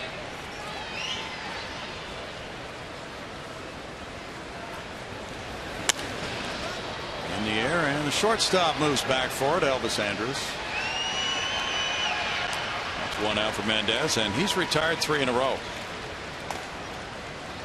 Nick Martinez in 5 1/3 innings, allowed 6 hits, 1 run, walking 3, fanning 4. He's in line for his 4th win of the year. Through 104 pitches. Mendez, a key bridge to the late inning guys here out of the Ranger bullpen. And Robbie Grossman is 0 for 3. Altuve on deck. He has a pair of doubles in 3 trips today. Grossman has struck out, bounced into a double play, and fouled out. He takes ball 1. The Rays are batting in the bottom of the 9th, and the Red Sox lead it 3-0 with Clay Buchholz going for a shutout.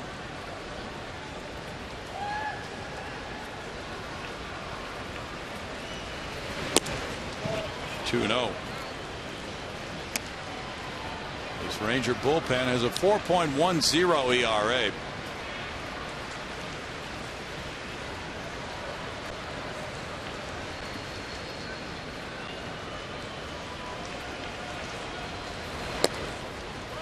Now 3 balls, no strikes.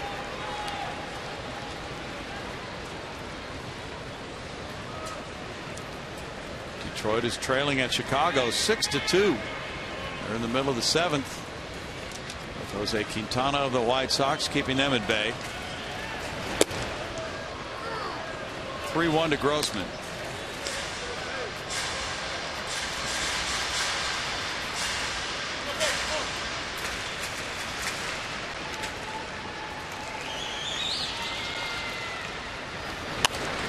Bobby fouls it away, and it's a full count. So today, the deciding game for the month of August. Will the Astros have a winning record or a losing record? They're 14-14.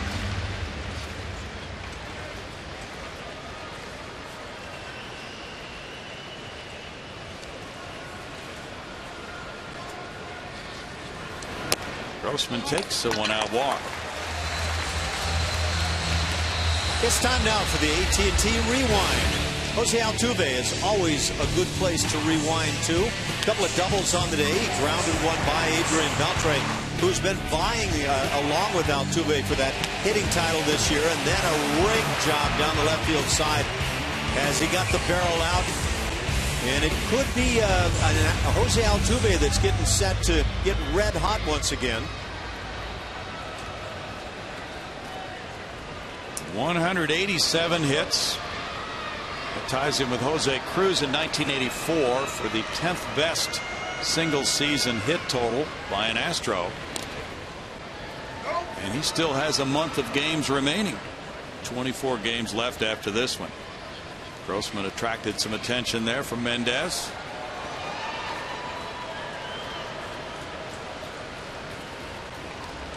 A pair of doubles for Altuve today. This time a hit to left center field for Altuve. His 3rd hit of the day. 188. Yeah, there was something about that second double today, that line shot down the left field side, that just said to me, hey, the kid's back. And yeah, he's hit 300 for the month of August. That's a slump for Jose Altuve. I think he's fixing to get red hot and run away with things. 21st 3-hit game to lead the majors. Now Mike Maddox has come out. Runners at 1st and 2nd. Mendez about to face Chris Carter, who's 0 for 2 with a walk. Or Neil Kotz may be coming in soon. And most people wouldn't think the lefty Kotz would be coming in at this stage, but he actually is more effective against right-handed hitters than lefties. Dexter Fowler's on deck. There's Kotz in the bullpen. Carter's 0 for 2 with a walk. the Astros 14-14 in August. They've had one winning month this season. In May, they were 15-14.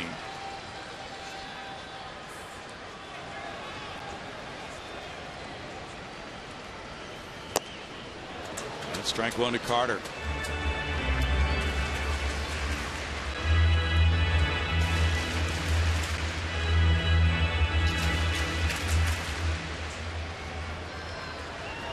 Grossman and Altuve both with good speed, hoping Carter can smash one into the gap, give them the lead.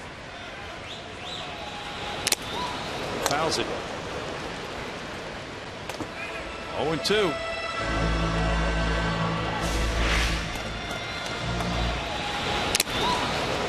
Right straight into that mask. I've heard some people question these new hockey type masks as to whether they are possibly leading to some of the concussions that are determined. Never, decades gone by, did you get attention because you were hitting the mask by a foul tip. It's become very different for the guys now. I think he's taking the Wonderlick as we speak.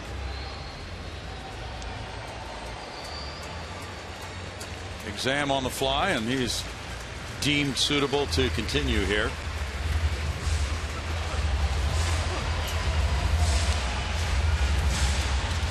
Chris Carter at 0-2, ready to bat again. He's hit 3 homers against the Rangers this season, driving in 6.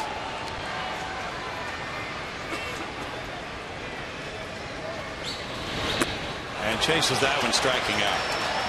2 outs. Second strikeout for Mendez. Now here's your slider down and away, and that's always going to be the tough pitch for just about any right-hand hitter, especially the guys who slam the baseball. You try to get that bat started to drive it, and then you realize that it's the slider, and you've just been had. So Dexter Fowler gets a 2-out RBI opportunity. He's 1 for 2 with a walk. Very big at bat in this game. Fowler's hitting .293 with runners in scoring position.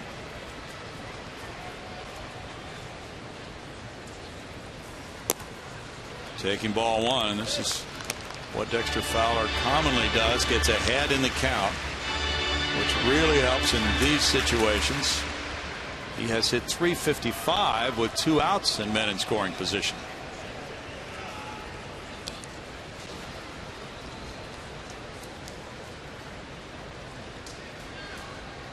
Turned back towards second by Mendez.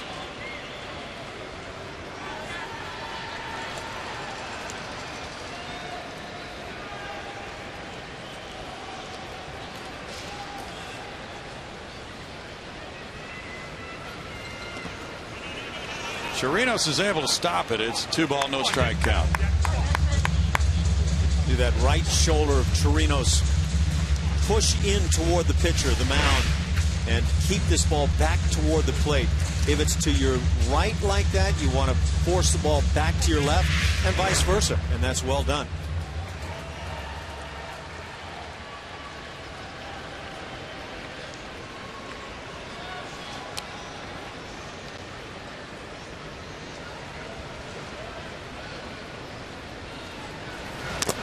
Fowler fouls it. 2-1. Rangers had the fewest save tries in the American League. They've converted 25 of 38 this year, 66%. In the bullpen's last 13 decisions, Texas relievers are 2-11.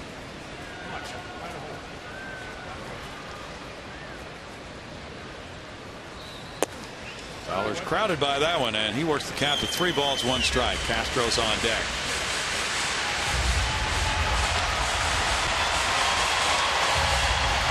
Another big pitch coming here for Dexter.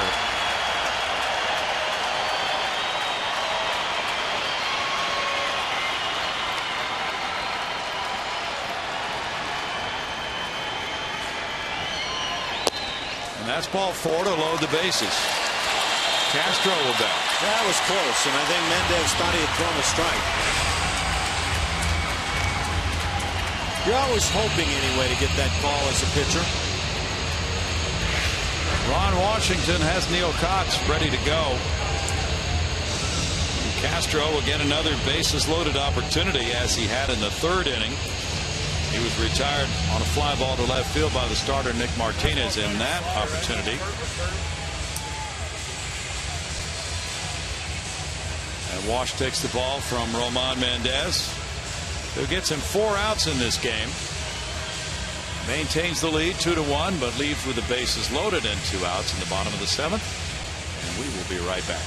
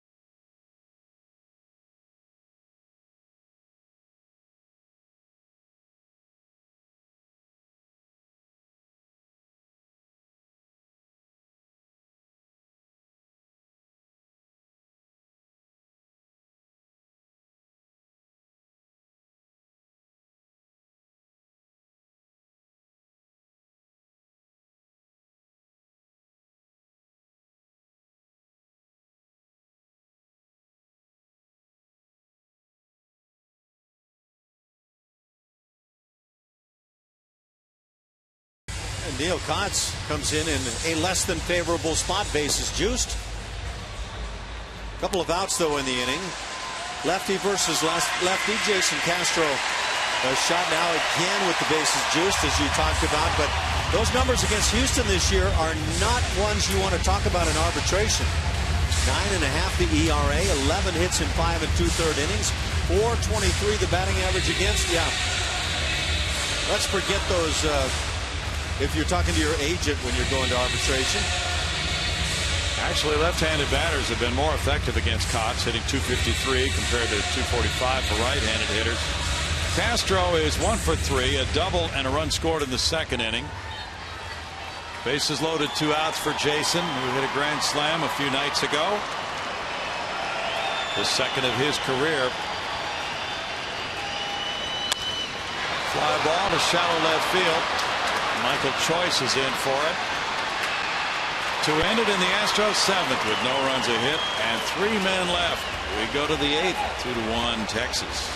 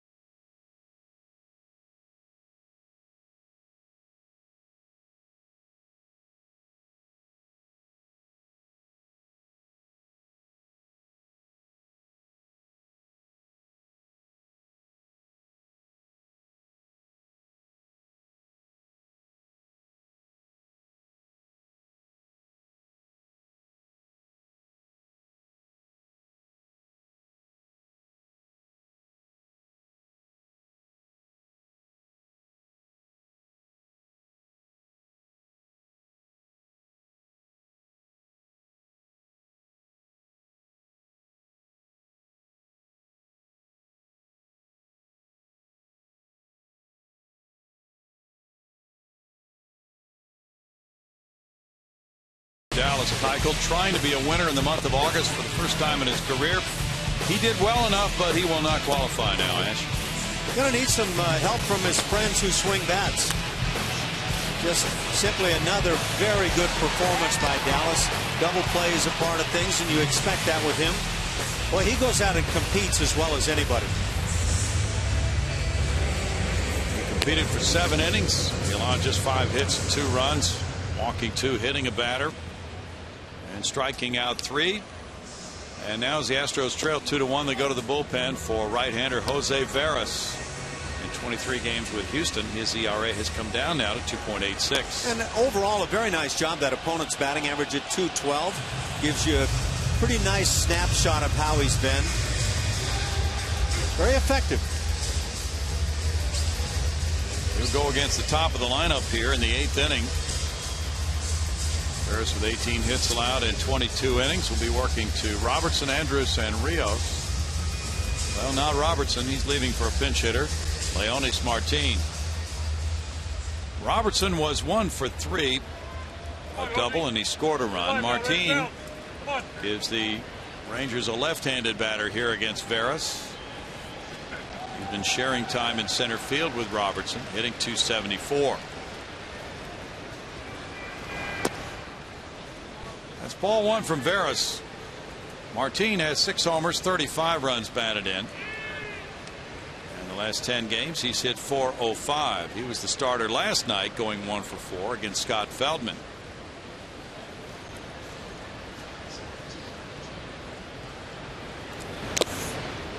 Foul tips that one, and it's a 1-ball, 1-strike count to the Cuban native, who is 3 for 8 in this series. He's 26 years old, signed a 5-year deal as a free agent in 2011.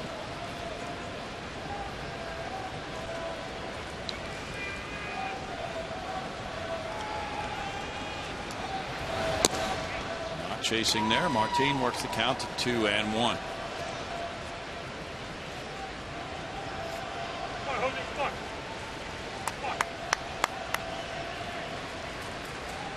Veras against Texas this season has had 4 outings, a 1-0 record, a 4.15 ERA for 4 1/3 innings.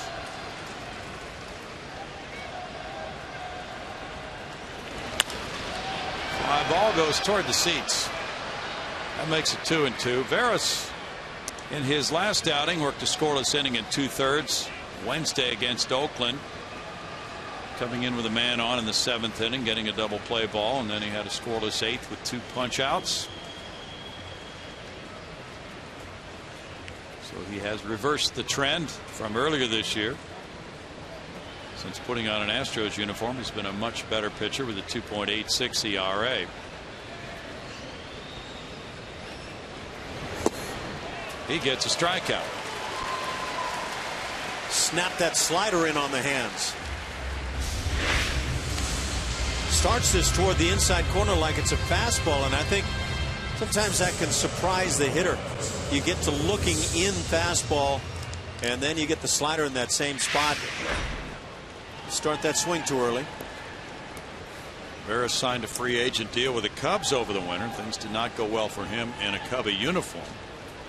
Elvis Andrus is 0 for 3. He leans back from ball 1.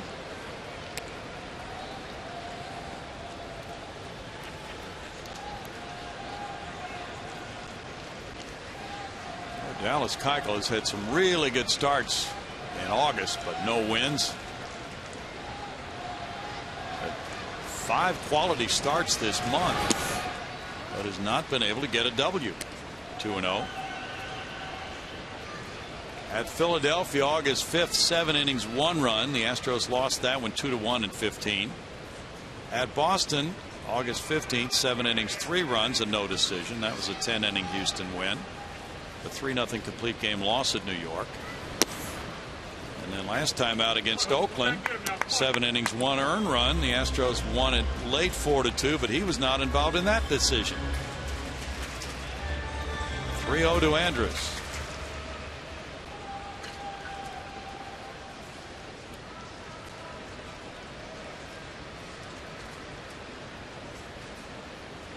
Angels are jumping all over Oakland 6-0 in the third. Scott Kazmir chased after an inning and a third in that one. Well, that stings.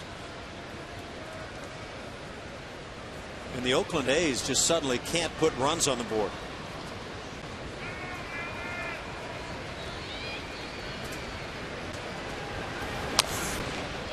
Foul ball makes it 3-2. Andrews hobbling out of there after banging that one off his left leg.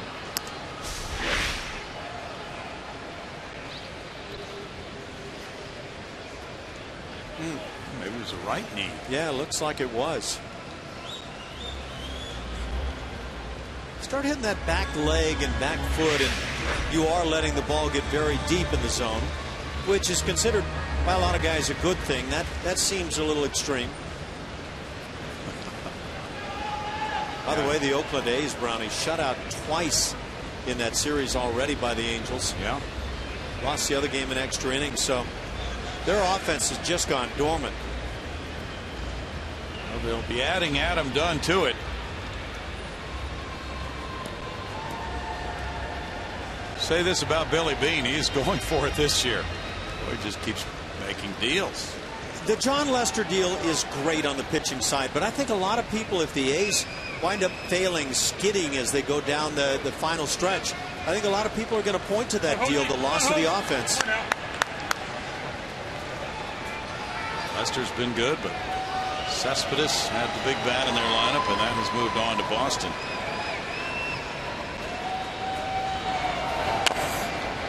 Foul ball, and Andrews keeps alive at 3-2.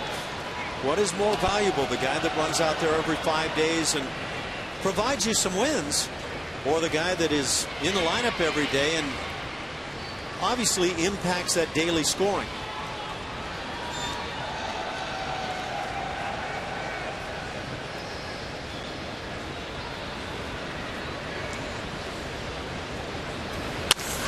Line shot to center field, and Fowler will take it up around chest high with a glove hand on a single by Andrews.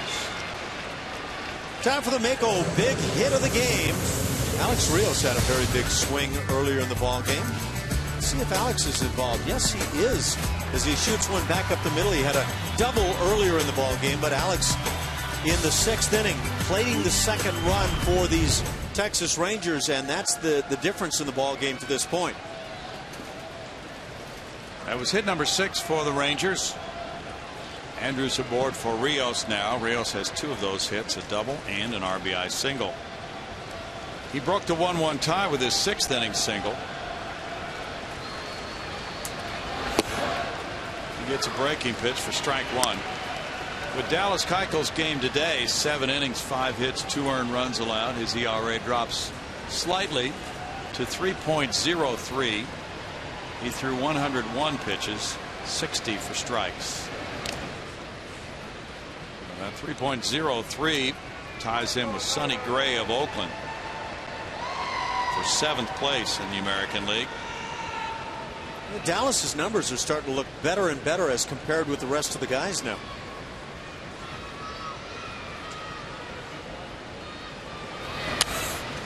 Foul back. 0-2 to Rios. Chris Sale is the RBI, or the ERA leader rather, in the American League at 2.11. By the way, Scott Kazmir started the day 4th in the American League in ERA. That is not going to stand up anymore. I might have to revise that. 4th in wins. See an ERA where that.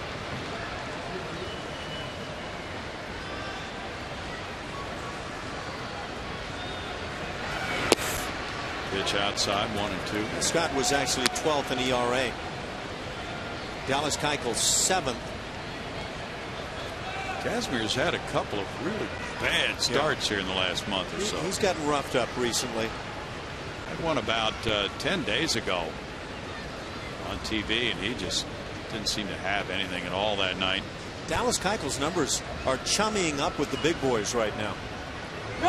Runner going. Throw from Castro to Altuve. Safe. Andrews gets his 24th steal.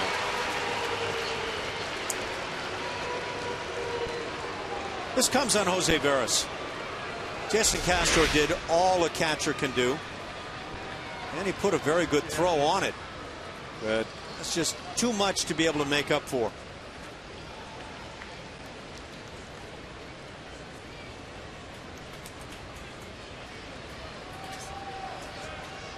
Get that extra stride or two on a pitcher, and catcher cannot make up the difference. Way outside. Great job by Castro. Look at where he winds up. That's great anticipation. He was quick on that one.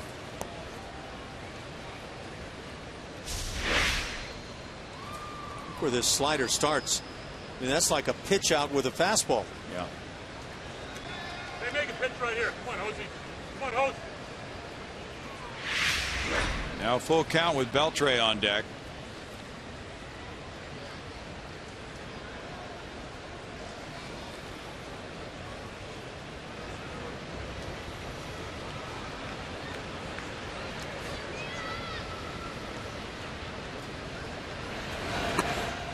Not biting.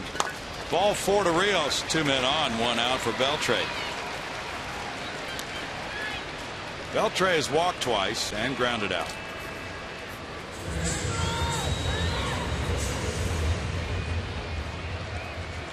Well, this is not the guy you wanted to see come to the plate when you've just had a couple get on board.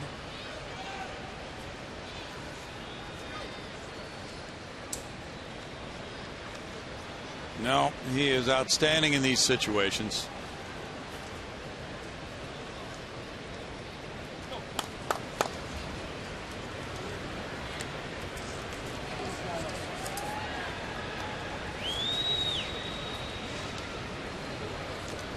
Beltre 3 for 8 against Veras in his career. He looks at strike 1. In that Angel Oakland game, 6-0 Angels after 3 now. Matt Shoemaker has been given all that run support early. 2 of the runs batted in came from Mike Trout. That gives him a 96 RBI season to this point.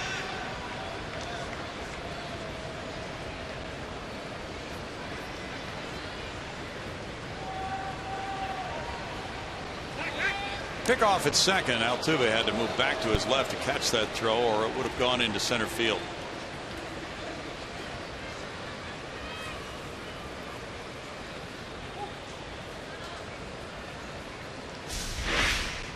This play and others for pitchers somehow turns into quarterback to receiver, where it should just be throw it over the middle of the bag.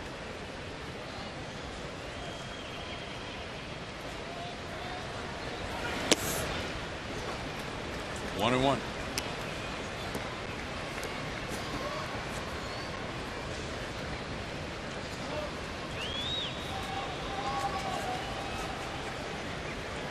Dodgers and Padres are tied 1-1. They're in the top of the 3rd inning in San Diego for Hyunjin Ryu and Eric Stultz.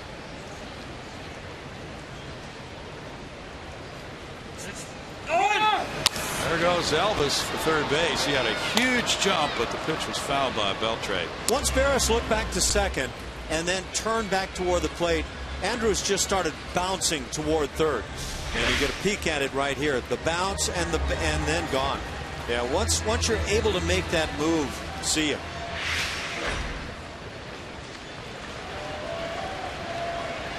Boy, was that a big jump.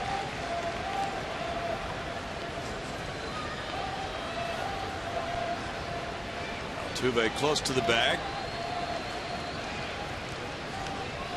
Veras does look back at the base runner and turns.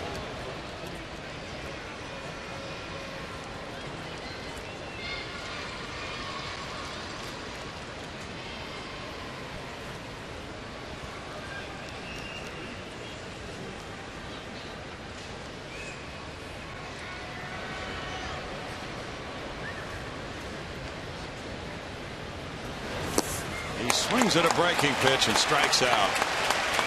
2 outs. Second punch out here for Veras. Slider nowhere close to the strike zone. Thank you very much.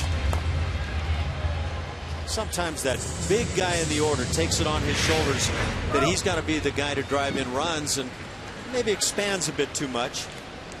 Make no mistake, he is the big guy. By far the club homer and RBI leader.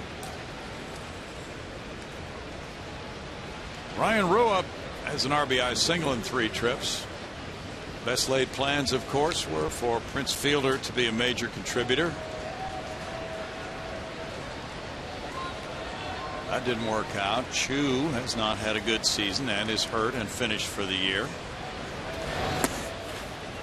Way outside again. Castro, another fine play. Hard to figure where Veras is even thinking about starting this slider in the inning. He's thrown at least 3 that have started off the outside corner of the plate. This doesn't even start with a chance of being near the plate.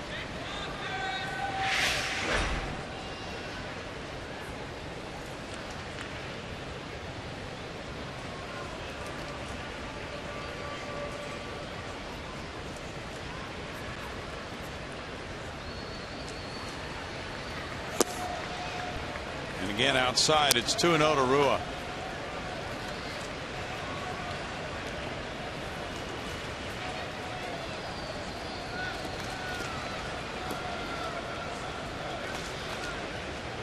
Astros have left 10. The Rangers have left 4. Houston has stranded the bases loaded in the 3rd and 7th innings.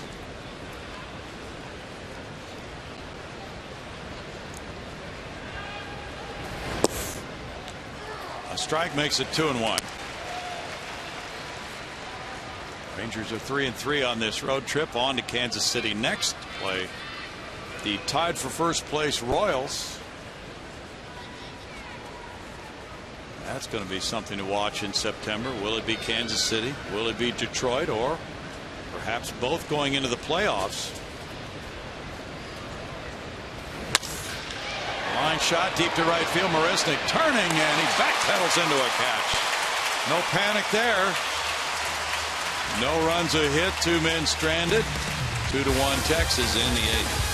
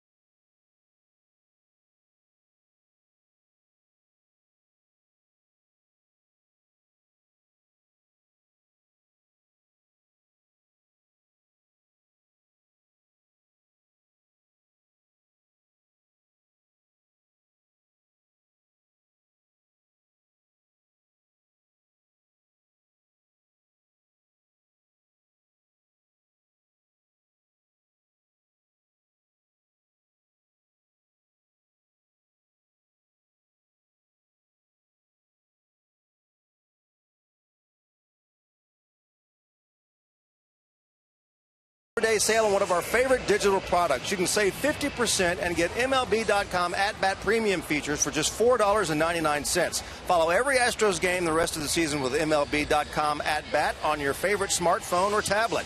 At-bat delivers live Astros baseball wherever you are. Download the #1 app for live Astros baseball on the App Store today. Sale ends soon. Go to Astros.com for more details. Rowdy, back up to you. Thank you, Bart. Change in center field. Leonis Martin staying in to play that position after pinch hitting for Daniel Robertson. We got to the bottom of the 8th inning, and it's 2-1 Rangers.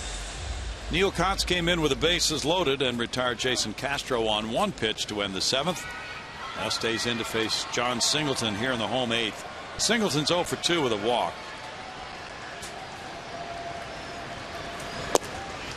He takes, and there's strike one. Crazy game underway in Iowa. Iowa 11, Oklahoma City 8 in the top of the ninth inning.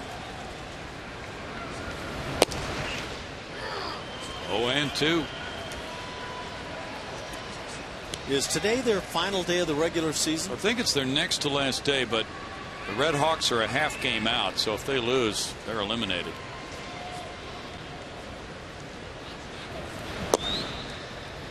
One and two, and that would mean, if that did happen, that the Astros would be joined by probably several players on Tuesday from Oklahoma City.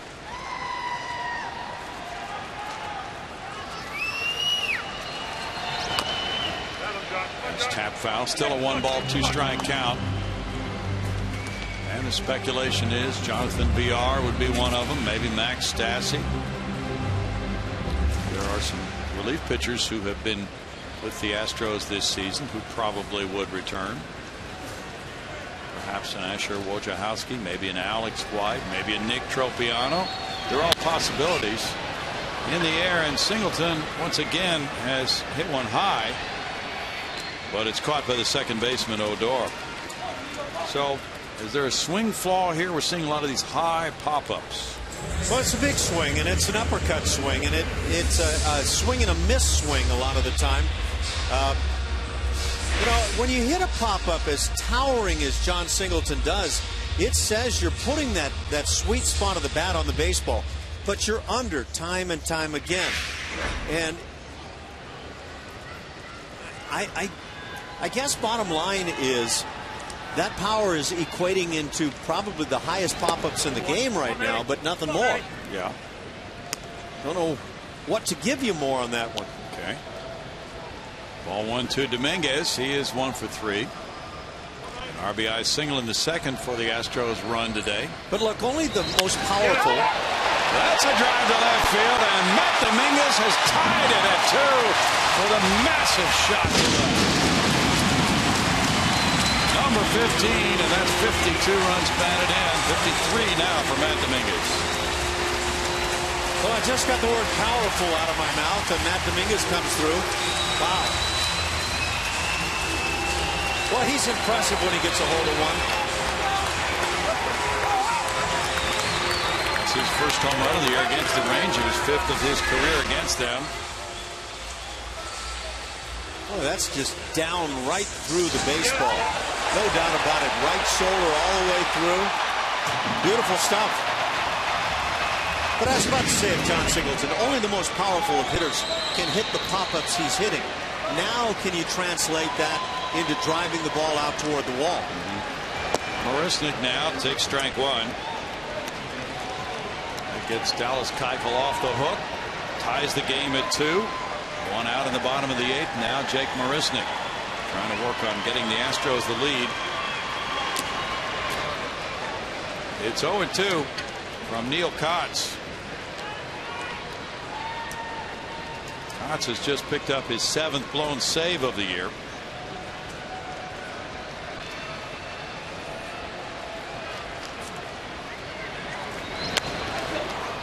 Foul back.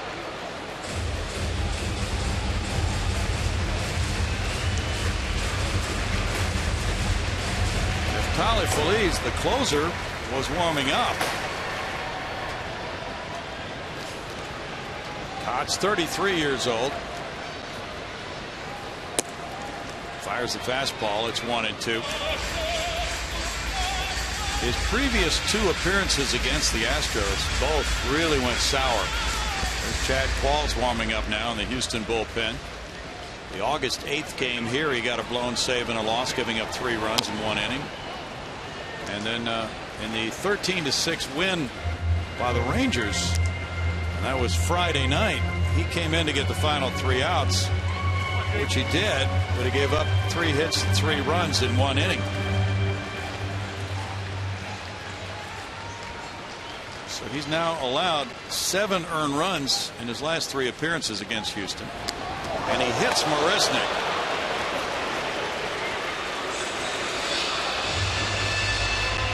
brings up Petit. I think Jake Marisnick got flat drilled here. Right on that upper arm area. That's a tough guy, can take that like that. Maybe even closer to the elbow.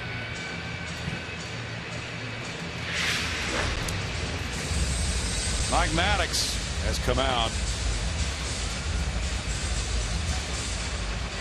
Talking with Neil Kotz, who is having a rough season with a 2-7 record.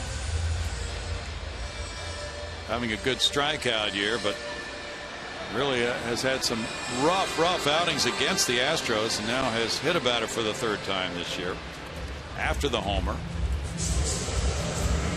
It'll be Petit batting next. Petit 1 for 3.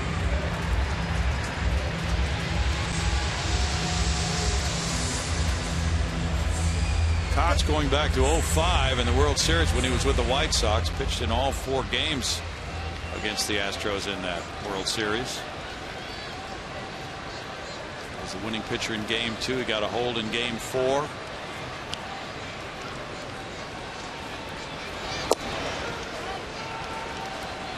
Want to know to Petit. Jake Marisnick has yet to steal a bag with the Astros. That's surprising for me with his speed. Right. Yeah, he has been a base stealer in the minor leagues. 119 minor league stolen bases, caught 32 times. He's going, but the ball's foul. Well, that appears to be hit and run action, as opposed to green light, go ahead and take it, see if you can get us into scoring position.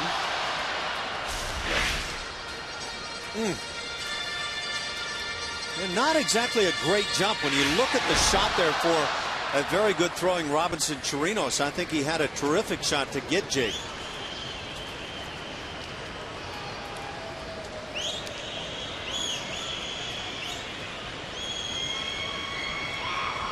Marisnick's going again. Here's the throw from Chirinos, and not in time.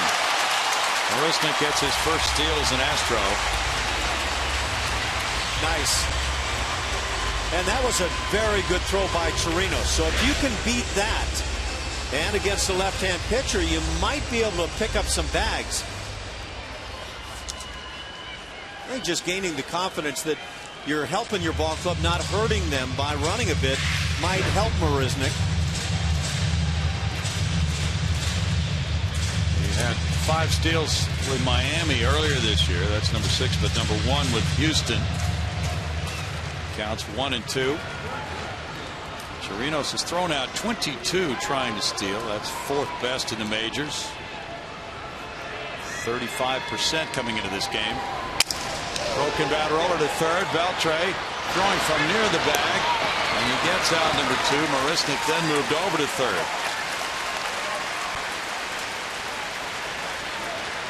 That's pretty nice and alert there by Marisnick to get to third base. Yes, there are 2 outs, but you don't want to mess around with Adrian Beltre because he'll pick you in a heartbeat.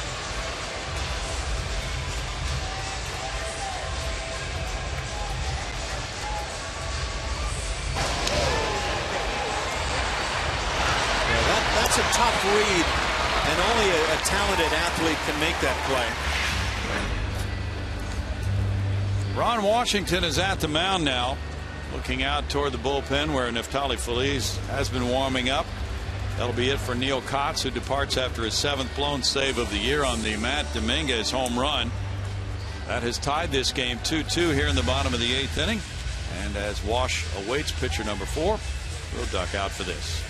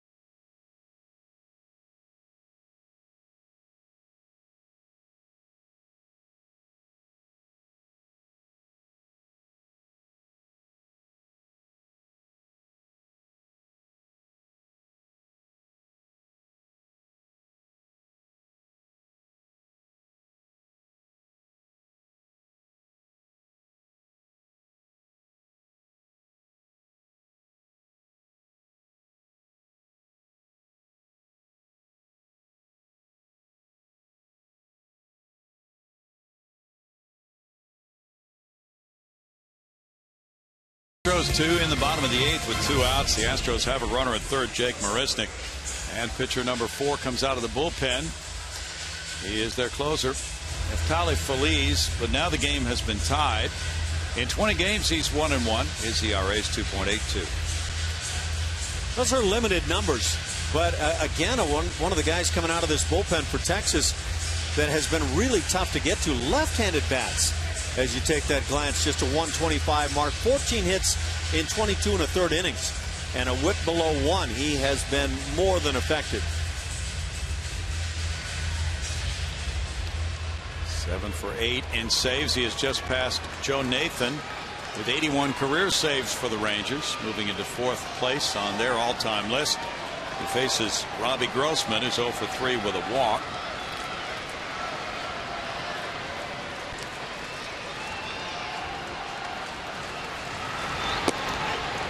Strike for Feliz.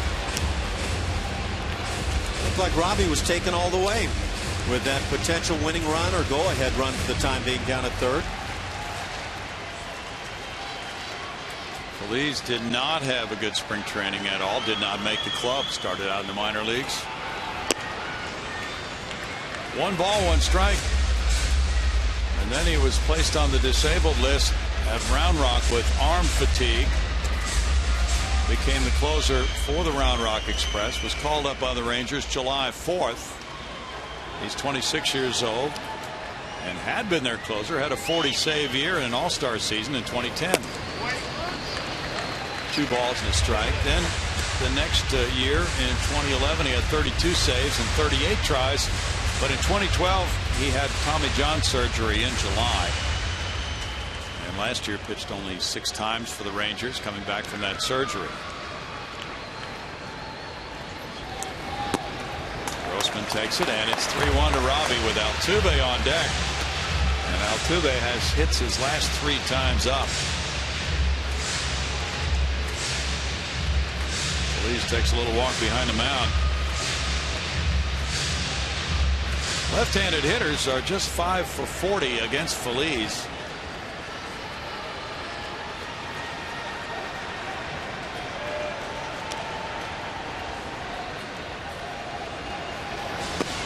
He walked him. Second walk for Grossman in this game. Runners at first and third, and Altuve batting.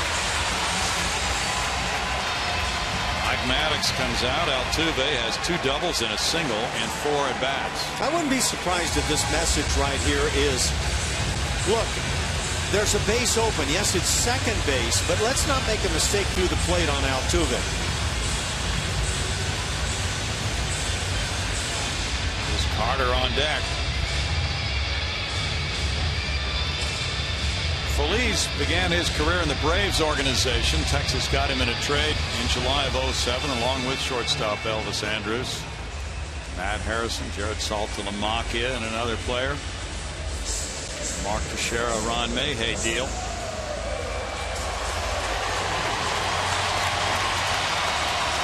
Last outing for Feliz was 6 days ago at Seattle. He got a save with a scoreless inning.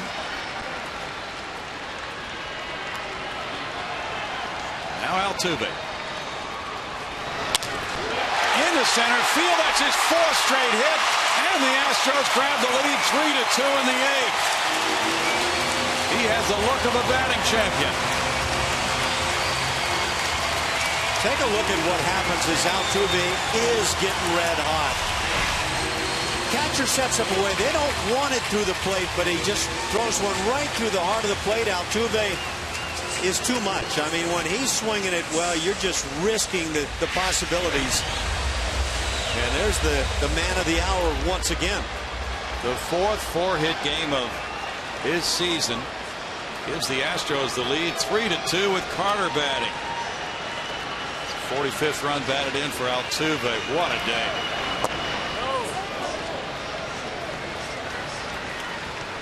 Carter looks at ball 1.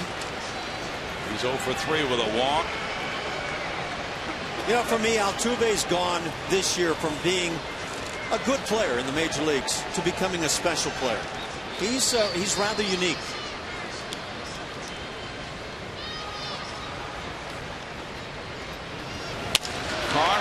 center field. That will drop in for a hit. Here comes Grossman. And the throw to the plate from Martin is there. The tag by Chirinos got him. Outstanding play by Martin in getting to that baseball, and then he made a terrific throw to Chirinos for the tag on Grossman. But the Astros take the lead, coming up with 2 in the 8th inning on 3 hits. And we go to the 9th inning after Altuve's 4th hit of the game puts them in front 3-2.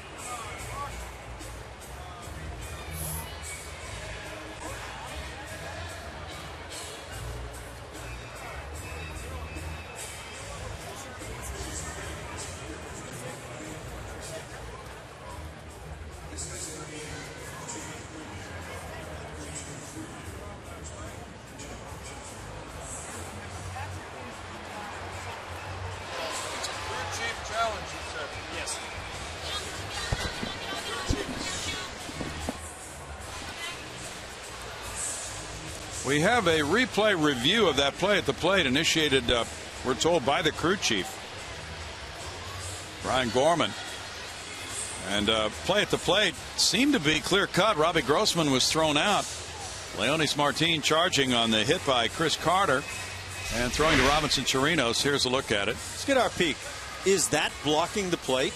Clearly the tag is ahead of the foot of Grossman hitting the plate. So the only question here can be, is there a violation of the rule of what the catcher can do at home plate? Yep. And for me, there's not. That's sticking the foot out there. We've seen it go both ways, so there's no way to anticipate. So they've called him out at the plate, and for me, absolutely, that's an out. And I think this catcher's ruling at the plate has to be reevaluated this coming off season. Now officially the inning has ended. It's 3-2 Houston. Back in a moment.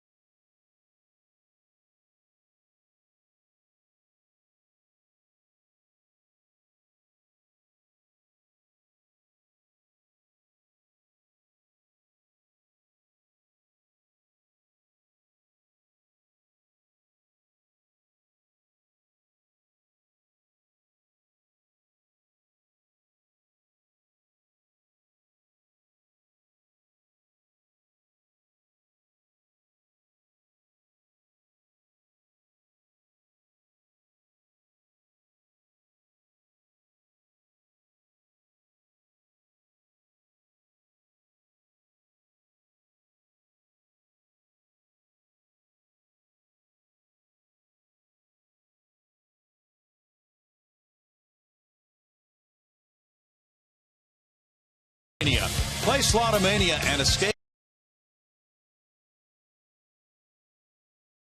free in your local app store. Well, a big change occurred there in the 8th inning as the Astros grabbed the lead. They're now up 3-2, moving to the 9th inning, and they call in their closer, Chad Qualls. After Jose Veras worked a scoreless 8th in 1 inning, he allowed 1 hit, no runs, had 1 walk, 2 strikeouts. Now it's Qualls, and it's J.P. Arancibia in the 9th. He's 0 for 3. Slider does not work for Qualls, and it's ball 1. The one big number that jumps out there for Chad Qualls is left-hand hitters have had their way against him this year.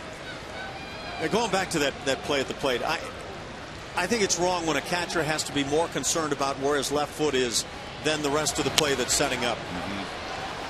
Foul back, and it's a 1-ball, 1-strike count.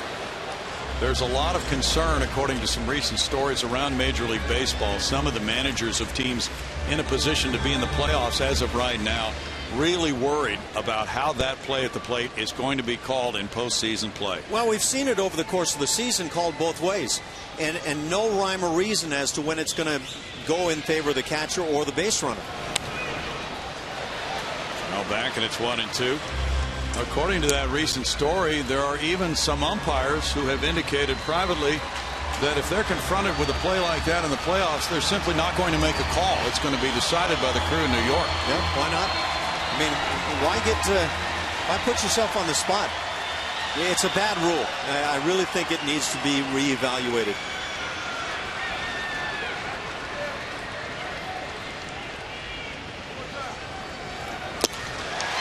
Qualls gets a strikeout. 1 out in the 9th inning.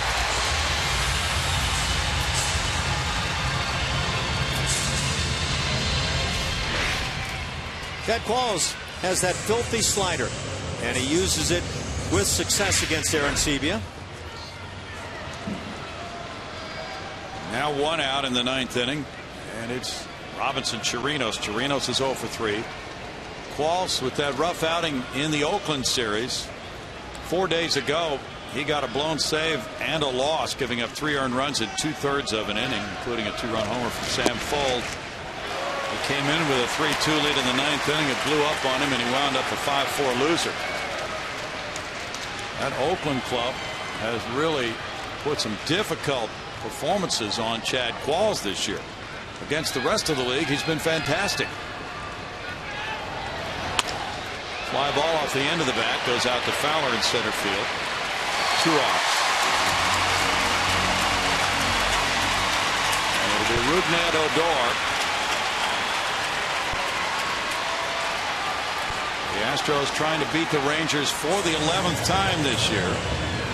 And it would be perhaps a groundbreaking type of win for them. They trailed going to the bottom of the 8th inning. They haven't done that very many times and won.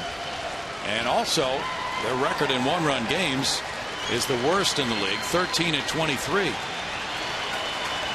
Odor has a walk and a single. But here's that left-handed bat that Chad has struggled with this year.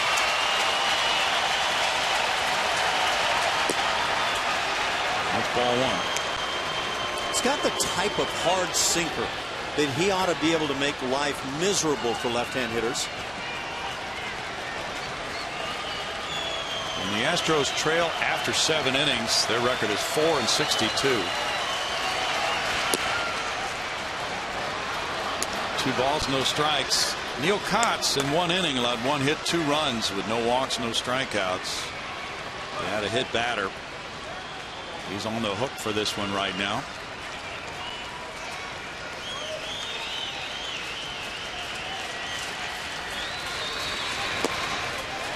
Strike makes it 2-1.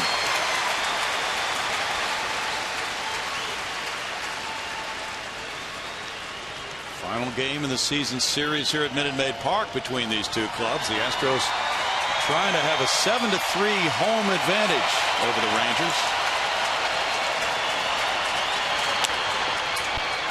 All the way 2-2. The September schedule is difficult for Houston. Contending teams lie in wait for the most part. 2 coming up with the Angels, then 3 in Oakland, 3 in Seattle, 3 in Anaheim against the Angels. Back home for 4 with Cleveland, 3 with Seattle, on to Texas for 3, and the Mets for 3. Bouncer up the middle, Altuve in front of it, throw to first, and the stretch by Singleton gets him for the final out. Fantastic comeback win for the Astros today, with their second baseman providing the winning run with his 4th hit of the day. And then he makes the final play, and he goes high with Dexter Fowler to celebrate this 3-2 win. Jose Veras the winner. Neil Kotz lost it. Chad Qualls got his 16th save. And here the homestand will continue after a day off tomorrow, as the Astros have a 4-3 record on this homestand. They beat the Texas Rangers 3-2.